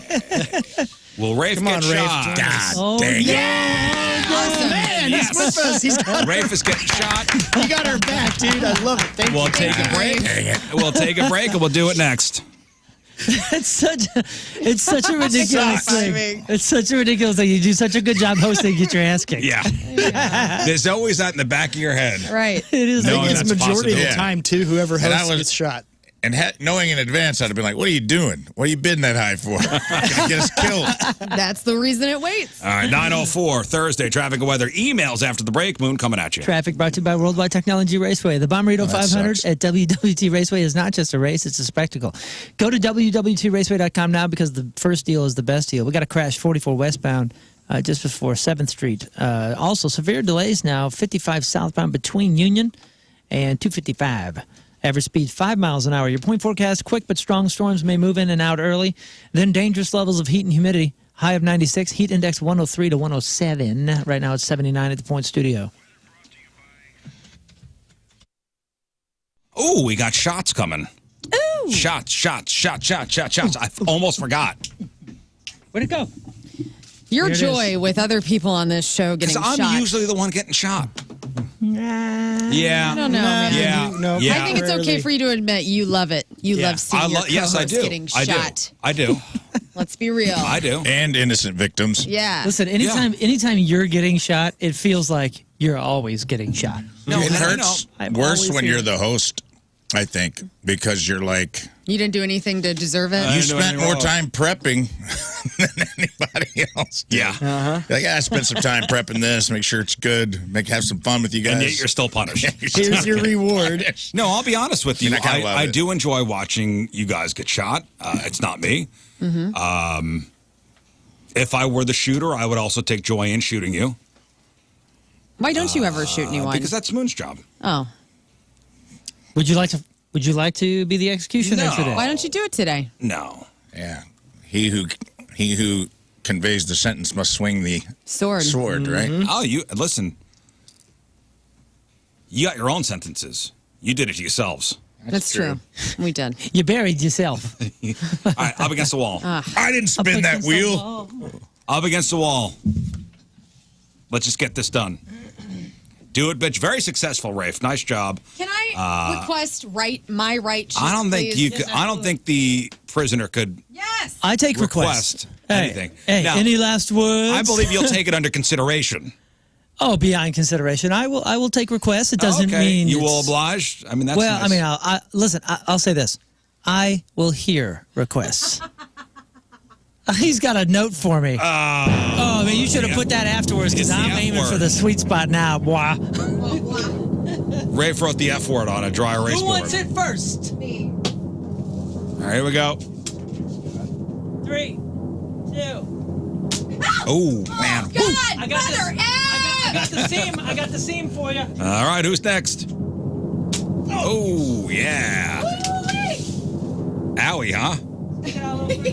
Yeah, man. All right, Scott. Oh, yeah. The slow burn. Yes, there it is. Congratulations. Hate that. My butt crack, like right where. I don't know why I stuck Right it where out. you're fused together. Bone. I need to pee Hit now. a bone? I'm sorry. I didn't mean to hit a bone. I mean, All that's trying what to it get is. guys, done and done. Trying to get meat, baby. To the bone. Hey, a Must little have something for our resident hypochondriac in the room. Who's that? You. Oh. You go to WebMD? Are you a WebMD Not anymore. gal? Not anymore. Fake bander. I go to Cleveland, like the Cleveland Clinic, and like there's some other ones that I go. My doctor actually said if you're going to do this to yourself, Okay. please go to these websites. Well, you've probably been there. You wake up feeling like a truck hit you. Your first instinct, let me Google my symptoms. You end up on WebMD, and you scroll through millions of different possibilities, and then you see it, the comment section. Oh, no. There is a comment section on WebMD. Never read those. A gold mine of information, right? Mm-hmm. Yep. Amateur doctors. Everybody who thinks, yep, we know what we're talking about. Yeah, we didn't do any schooling. In fact, I got my GED. I got my GED. Here I am. Writing my opinion on medical stuff. If they've lived through something, though, maybe they do have Okay, and that's a good point. That's a great point, Lern. Apparently, if you're looking for real, useful stuff, and you're looking in the comments on WebMD, maybe it is you go to WebMD to look up the side effects of a drug. Yes. Which, yes, somebody has been taking this drug, and this is their lived experience. You should be paying attention to only the ladies when they comment on something. A bunch of smart people did a study and found that women are way better at describing their drug side effects online. Way better. Like, it's not even close. Like, women would be like, I broke out in hives, my joints ache, I've been crying for no reason. Guys are like, yeah, I feel kind of blah. That makes sense then. It turns out women are more detailed, more specific, and just plain better at explaining what is going on with their bodies. And because of that, their comments are actually helpful when it comes to potential side effects on drugs. Point for the ladies, right? Point now for the if we ladies. just get them to start explaining how they feel, this will be great. So next time you're feeling under the weather and you find yourself in the WebMD comments, skip the guys and go right for the ladies, because you may actually learn something. All right. There you go. Thank you. That's awesome. That's a win for the ladies. And I'm gonna this. Yes. Oh, no. And This is for you. There it is. there it is. Okay, let's get to some emails. RizzShow@1057thepoint.com or instant feedback through the 1057 The Point mobile app. Email is brought to you by Kloss Furniture. Lowest prices guaranteed. We have something for everybody. We'll go to entertainment reviews, and this is for you, Rizz. In your opinion, what's the best Alice in Chains album and song? Oh, I saw this come over, and I actually wrote her back a pretty detailed. Really? I wrote her back a pretty detailed breakdown of all your favorites. Breakdown of all my favorites. So, Dirt is my favorite Alice in Chains record. Mine too. I will follow that up with the SAP EP, followed by the Dog record, right? I will forget what it's follow called. it up. I think that's self-titled. I will follow that up with Facelift, Jar of Flies, and Unplugged. It's hard to put them in order. And as far as songs, like my favorite songs, God, it's a little bit. It's super hard. It is super hard. There's so many good ones. I think my favorite. And they all kind of give you a slightly different feeling. Yeah. That's kind of what is cool about that. Like top three, because I have mine. Rain When I Die off the Dirt record, probably Angry Chair, and I'm gonna throw something in off the Unplugged record, Sludge Factory off Unplugged. Nice. Mine would be Rain When I Die, Wood, and Nutshell. Love all three of those Nutshell, songs. Godsmack is great. Yeah, there's so many great records, but Dirt, far and away, is my favorite. And I know a lot of purists don't think that Dirt is their best, but it was the introduction that I had. It was the first record that I bought. Who ever said that that's not their? Some people get weird about that band. That's kind of one of those bands that has like random diehards that you don't even know exist, and then they pop out and they're like, "Let me tell you how you're wrong." Shut your face. It's when kind you think of the term grunge music, yeah, that is grunge. for a knuckle dragging kind of sound. Oh, there's a lot of dear. pretentiousness with some of the deep. They're tunes, heavy but though that's too. cool. Like they're heavier than a lot of the grunge bands were. So I mean, they even border on like grunge metal to me. Like I've always dude, kind of they're considered so them a good. metal band. I love Alice in Chains. Same. Ooh, what do we got here? Top Golf. That's a Top Golf. Top bag. Golf Oh, dropped Top us Golf. off some stuff. Oh, I like Top Golf. Yeah, they sent Rafe know a what? gift. It's the only I kind went- of golf I like. I they drove sent it. by the new Top Golf downtown. I hadn't driven by it before, right by Shoto. It's pretty awesome. Let's see what's in here. Top Golf. It looks like a Big Mac thing, but it's got a. Oh, it's food? I think it might be. Oh, it is food. man. Yeah. Oh, what Yeah, they they dropped have off? This What is is that? veggies. food there. Well, You won't want any of this. This is carrot and and it's celery. sealed. Which What do you think? I don't appreciate. like vegetables? I don't know. You sound like you don't like vegetables. Do you like vegetables? I love don't know. vegetables. Never What's eat a that? vegetable with Boneless you. wings. Oh, for real? It's got your name all over them, brother. Oh, Adult vegetables. nuggets? Oh, you got Yeah. nuggets? Oh, thank you, Top Golf. What do you very got? nice. Thanks, Top Golf. Oh, they sent you celery? This is special Top Golf celery. This is special This is from the Top Golf Garden, dude. Top of the golf. Is there something new coming out with Top Golf? Or There's a is it little just folder, because? and it just says powered by chicken wing technology. All right.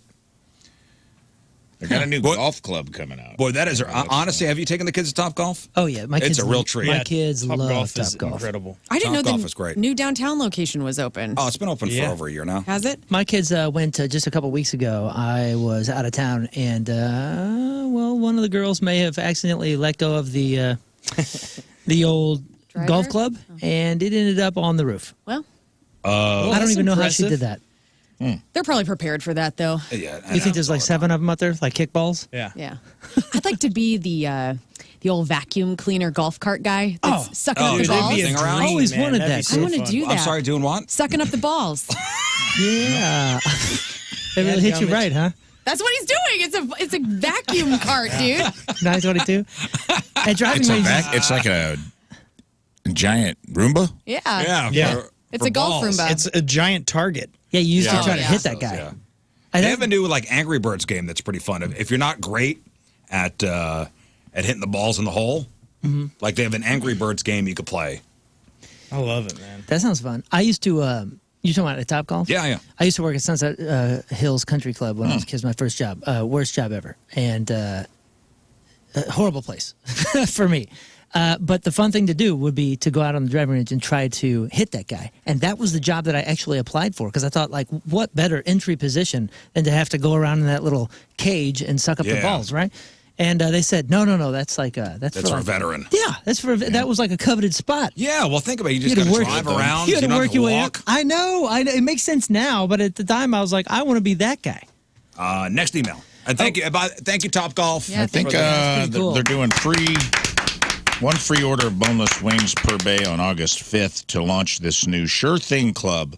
Enormous club face, making it virtually impossible not to hit the ball well. Trust me, I'll figure it out. Shorter club shaft for all golfers. So they're launching a new, only available at Topgolf. You can't purchase this club. Trust me, I'll figure out how to how to hit the ball. There it is. Sideways. Yeah, they've never seen me try golf. It doesn't True work. that. Next. Okay, so earlier today we talked about the dad who was determined that his son be the 4th generation of a Harvard student. Yes, Dad was determined to have the kid go to Harvard. This she-devil girlfriend has come into the picture and is ruining his entire family's plan for the son, blah, blah, blah, blah, Well, blah. she is going to Southern Illinois, Carbondale, and he's following her instead of going Instead of going to being Harvard, 4th generation Harvard. where he's already been accepted. Somebody emailed in right then and said, hey, listen, when I was in college, my fiance and I were about to get married, and her parents told her that they would cut her off if we did. So we decided that her life would be better if she kept her parents and not me. So we amicably separated. Worked out. That's what happened. What? Okay, are they not together? We had a lot, they split up then. Oh, and They never got didn't back get together? They never got back together. Oh, I thought this was going to be a nice, No. love story. We No, waited and then we got We waited married. and But that's the thing. We had so many people emailing and going, screw that dad, man. Follow your heart, brother. And then this was like the first one. Can I speak from experience? Go. That my wife went to college at the Fashion Institute of Technology, which is a prestigious New York City fashion School. She graduated, and she followed her boyfriend to St. Louis. And does she work in fashion? Instead of being in the fashion, she did a little bit when she was here, when she first started here. But instead of staying in the Fashion capital, aside from Paris, New York City, of the continent. she followed her boyfriend, her idiot boyfriend with blue hair, and who at the time didn't look like a bullfrog. That is living rent free in your brain. You're just like a tree frog back then. And her father said, "Well, she's your problem now." And you said, I accept this. And I mean, you guys are happy though. And those 2 kids, I don't know if you do this or not, they made it. They made it. They made You guys it. are the They're best. in love. But does she? And I guess I can talk to her about this. But I wonder if she does have any regrets for not following, because she is a very stylistic lady. I'm sure. At first, I'm sure if you would have asked her, when we first moved out here, it'd be a different story from now. I don't know. Yeah. She's made a name for herself though in her business. She's done great. I mean, privately, she has admitted a lot of regrets to me, but yes, I believe that. Whatever.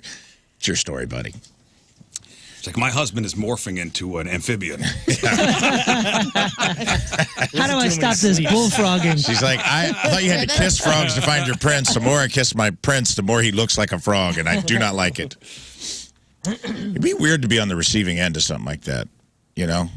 Like, what does that do to the self-esteem of the person who's like, man, your parents thought so little of me that they were willing to cut you out of their life and cut you off financially for loving me. Yeah, followed your heart. Yeah, that's kind of effed up, man. Yeah. I had an ex-girlfriend whose mom she thought, because she was from Chicago, and she thought Southern Illinois people were just complete trash. We dated at SIU. What? That was the crack bell came. I don't know. That thing sometimes. Well, careful what you wish. She married a guy from Arkansas, so careful what you wish for. It got worse, and she went further south.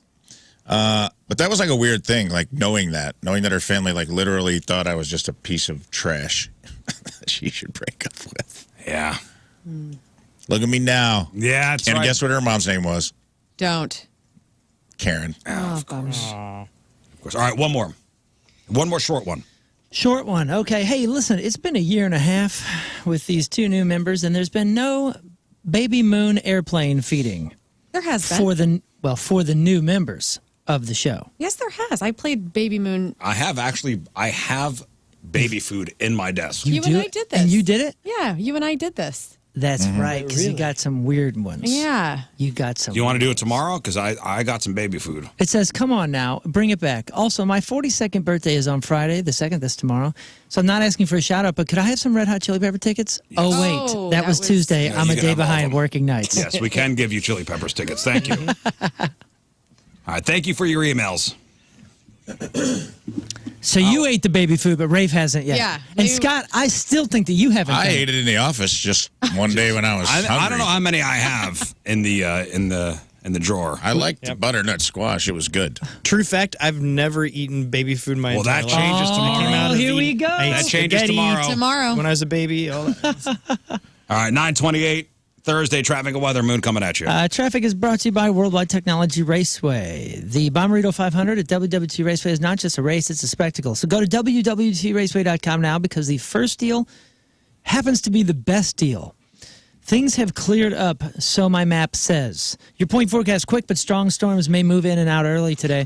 Dangerous levels of heat and humidity for the rest of the day. High of 96, heat index 103 to 107. Right now it's 80 at the Point Studio. Wings good, Moon. Boneless wings, They're great. courtesy of Topgolf. They're great. I was going to try to sneak one in before. No, I saw what you're doing. You got me. I know what you're doing. You saw me move over there and instantly started moving faster. I was like, no, he's going Hi to to get me. my friend Ella Fritz. I saw you wrote on the little, she must be working out there or something because I got a little note from a friend. Hi, Ella. We got a note hey, Ella. we got a note from Colby at the Chesterfield location too, so I'm going to go see. Hey, Colby. Colby. My family is out there a lot. Yeah, I love Topgolf. All right, let's do sports. No. Hey, After this. Chicken nugget time. After the old top of the hour. Yeah.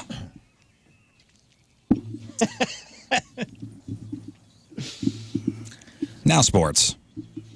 Sports. Oh. Sports is Hey, brought to you by there you go. Jack and Coke, the popular cocktail, now available in ready-to-drink cans. Team USA snagged 4 more medals at the Olympics yesterday, including another gold. Swimmer Katie Ledecky broke her own Olympic record in the 1,500-meter freestyle.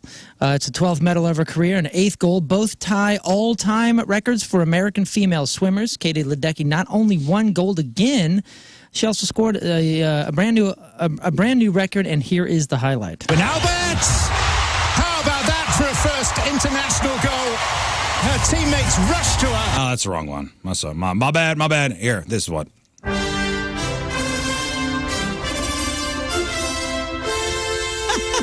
25 meters left for Ledecky to make more history for the greatest female swimmer of all time. She knows this is her 8th Olympic gold medal. And the greatest swimming machine we've ever seen rolls on to another gold here in Paris with a new Olympic record. Olympic champion for the 8th time. Is that the 1,500? That's a 1,500, yeah. Dude, I watched it last night. She smoked them so... It wasn't even close. Smoked. She smoked everybody. The second place person was like almost a full Yeah, they said behind her. So 1,500 meter is 30 laps, and her time was 15 minutes 30 seconds. 30 laps, a full 10 seconds ahead of second place. If you missed the prelim, she was so far ahead. Just like Rafe was saying, it appeared that the other folks were swimming in the wrong direction. Whoa. 30 laps, damn. She was smoking people, dude. Yep. Prelims Friday, and the final is Saturday afternoon. With a win, she'll become the first woman to win 9 gold medals in swimming. A win would also tie her with Mark Spitz for the second most swimming golds in Olympic history, regardless of gender. A medal in the event would also make her just one of 2 swimmers, male or female, to win 13 total medals at the Olympics. The other being, of course, Michael Phelps. Do you know how many he's won? 13? 28. 28. Yeah. Okay. Dang. Get out of the water. We also snagged silver in the women's 100-meter freestyle, courtesy of Tori Husk, plus a silver in women's BMX, a bronze in women's canoeing. So the American women accounted for all of Team USA's medals yesterday. At the end of Day 5, the U.S. leads with 30 medals, then France 26, China 19, Great Britain 17, and Australia 16. What's the thing where they jump off the springboard and hit the thing and flip? What's that called? Diving? Nope, Tumble? they're in gymnastics, but it's like they run and hit a springboard, then they hit like a pommel horse, and they jump up in the air. What's that actually called? Something vault, right? Yeah, the vault. There's a kid from Deerfield, Illinois, that did it, and he had accidentally rubbed the chalk on his nose. So he just, so he was like, he was getting all hyped, dude. He had his hands up covered in white powder, and I was like, this guy looks like your buddy that's like, I swear I ran out of the devil's dandruff about an hour ago. I'm like, it's all over your nose, Chaz. Say hello to my gymnastics friends. He looked psycho, but it was awesome. Oh, man, another American made Olympic history yesterday in Paris. It happened in women's soccer. The U.S. went up 2-0 with Australia when Corbin Albert scored the second goal. Here's that moment and the exciting final call. All right. And Albert, how about that for a first international goal? Her teammates rushed to her to share a memorable moment. The first U.S. woman to score a debut international goal in the Olympics. And the United States through to the next round in first place. All right. They won 2-1, and the USA plays Japan on Saturday. And finally, my mother was in attendance with 31,364 other people at Busch Stadium to see the Cardinals rookie right-hander Michael McGreevy kill it and get some offense. They smoked the Rangers 10-1 in the finale of their 3-game series. Cards play the Cubs at Wrigley tonight, 7:05. I'm Moon, and that's your sports, because doing the bull dance, feeling the flow, feeling the chalk. Working it. Working it. All right, one final break. We'll come back, wrap her up. For us, Donnie Fandango is next. Appreciate y'all tuning in. Thursday in the books. Moon, today's podcast is titled Being Called a Fat Bullfrog. Yes. Scott Rizzuto was a bullfrog. Fat bullfrog. Hey, don't forget we announced our Ballpark Village Shipwrecked Halloween party. Tickets are on sale now, October 26th.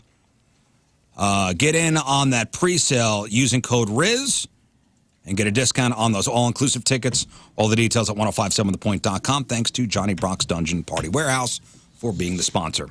All right, Moon, anything else? Just follow me on my socials. Moon Valjean here. We got a lot of local shows coming up. I've been traveling a whole bunch. I think I only have one more out-of-town show here in the next couple months, and it's going to be go time for the Teenage Dirtbags and the Alabama Dirtbags. So make sure you follow the Teenage Dirtbags on socials as well. It is the Teenage Dirtbags. And, we got some announcements coming up. The next show is Ball-Win Days, and I am freaking stoked. That was so fun last year. We'll be doing a full 4 hours, alternative and Alabama Dirtbag. So join us there. That's a free thing, and it is fun. All right. Learn. Yeah, my band will be out at the Schlafly Bottle Works in Maplewood on August 17th. We'll be playing from 4 to 8, 4-hour set of classic rock. So come on out, family fun event. And then join Rafe and I this Saturday at EPC. We're doing the back-to-school sale. And so if you need electronics for your kiddos, you can get hooked up with those with Uncle Rafe and Uncle Lern. Okay. That's Uncle right. Lern, yes. Uncle. 2 cool uncles. Sorry, I'm an Thank you. Uncle We're Lern. going to be Uncle Terry. I don't know. It's Uncle Who Terry. knows who's going to show Terry up? might show up. Uncle Pork and Uncle Terry will be there to guide you through your back-to-school needs, which is basically a cootie catcher and a number 2 pencil. That's it. You're fine. That's all you need. You should make number 2 show pencils. I should. For back to school. What do you got, Rafe? Just follow me at I am Rafe Williams and tune in watch the #2 show. It's up. It's live. The last one was a good one. It's called Brian Jordan is My Biological Father. Okay. Scott. I just updated the Teenage Dirtbags handle to King Scott Rules. So if you want to follow them, just go to that. It's pretty cool. All right. We leave you with a selection from our Teamers Member of the Day, brought to you by Hot Shot Sports Bar and Grill from St. Louis. Jamie Evans is our Teamers Member of the Day. Hey, Jamie wants to hear this song. Here it is. Oh, yeah. And we'll see you tomorrow. Done it next. Bye. Energy up. The Rizzuto Show.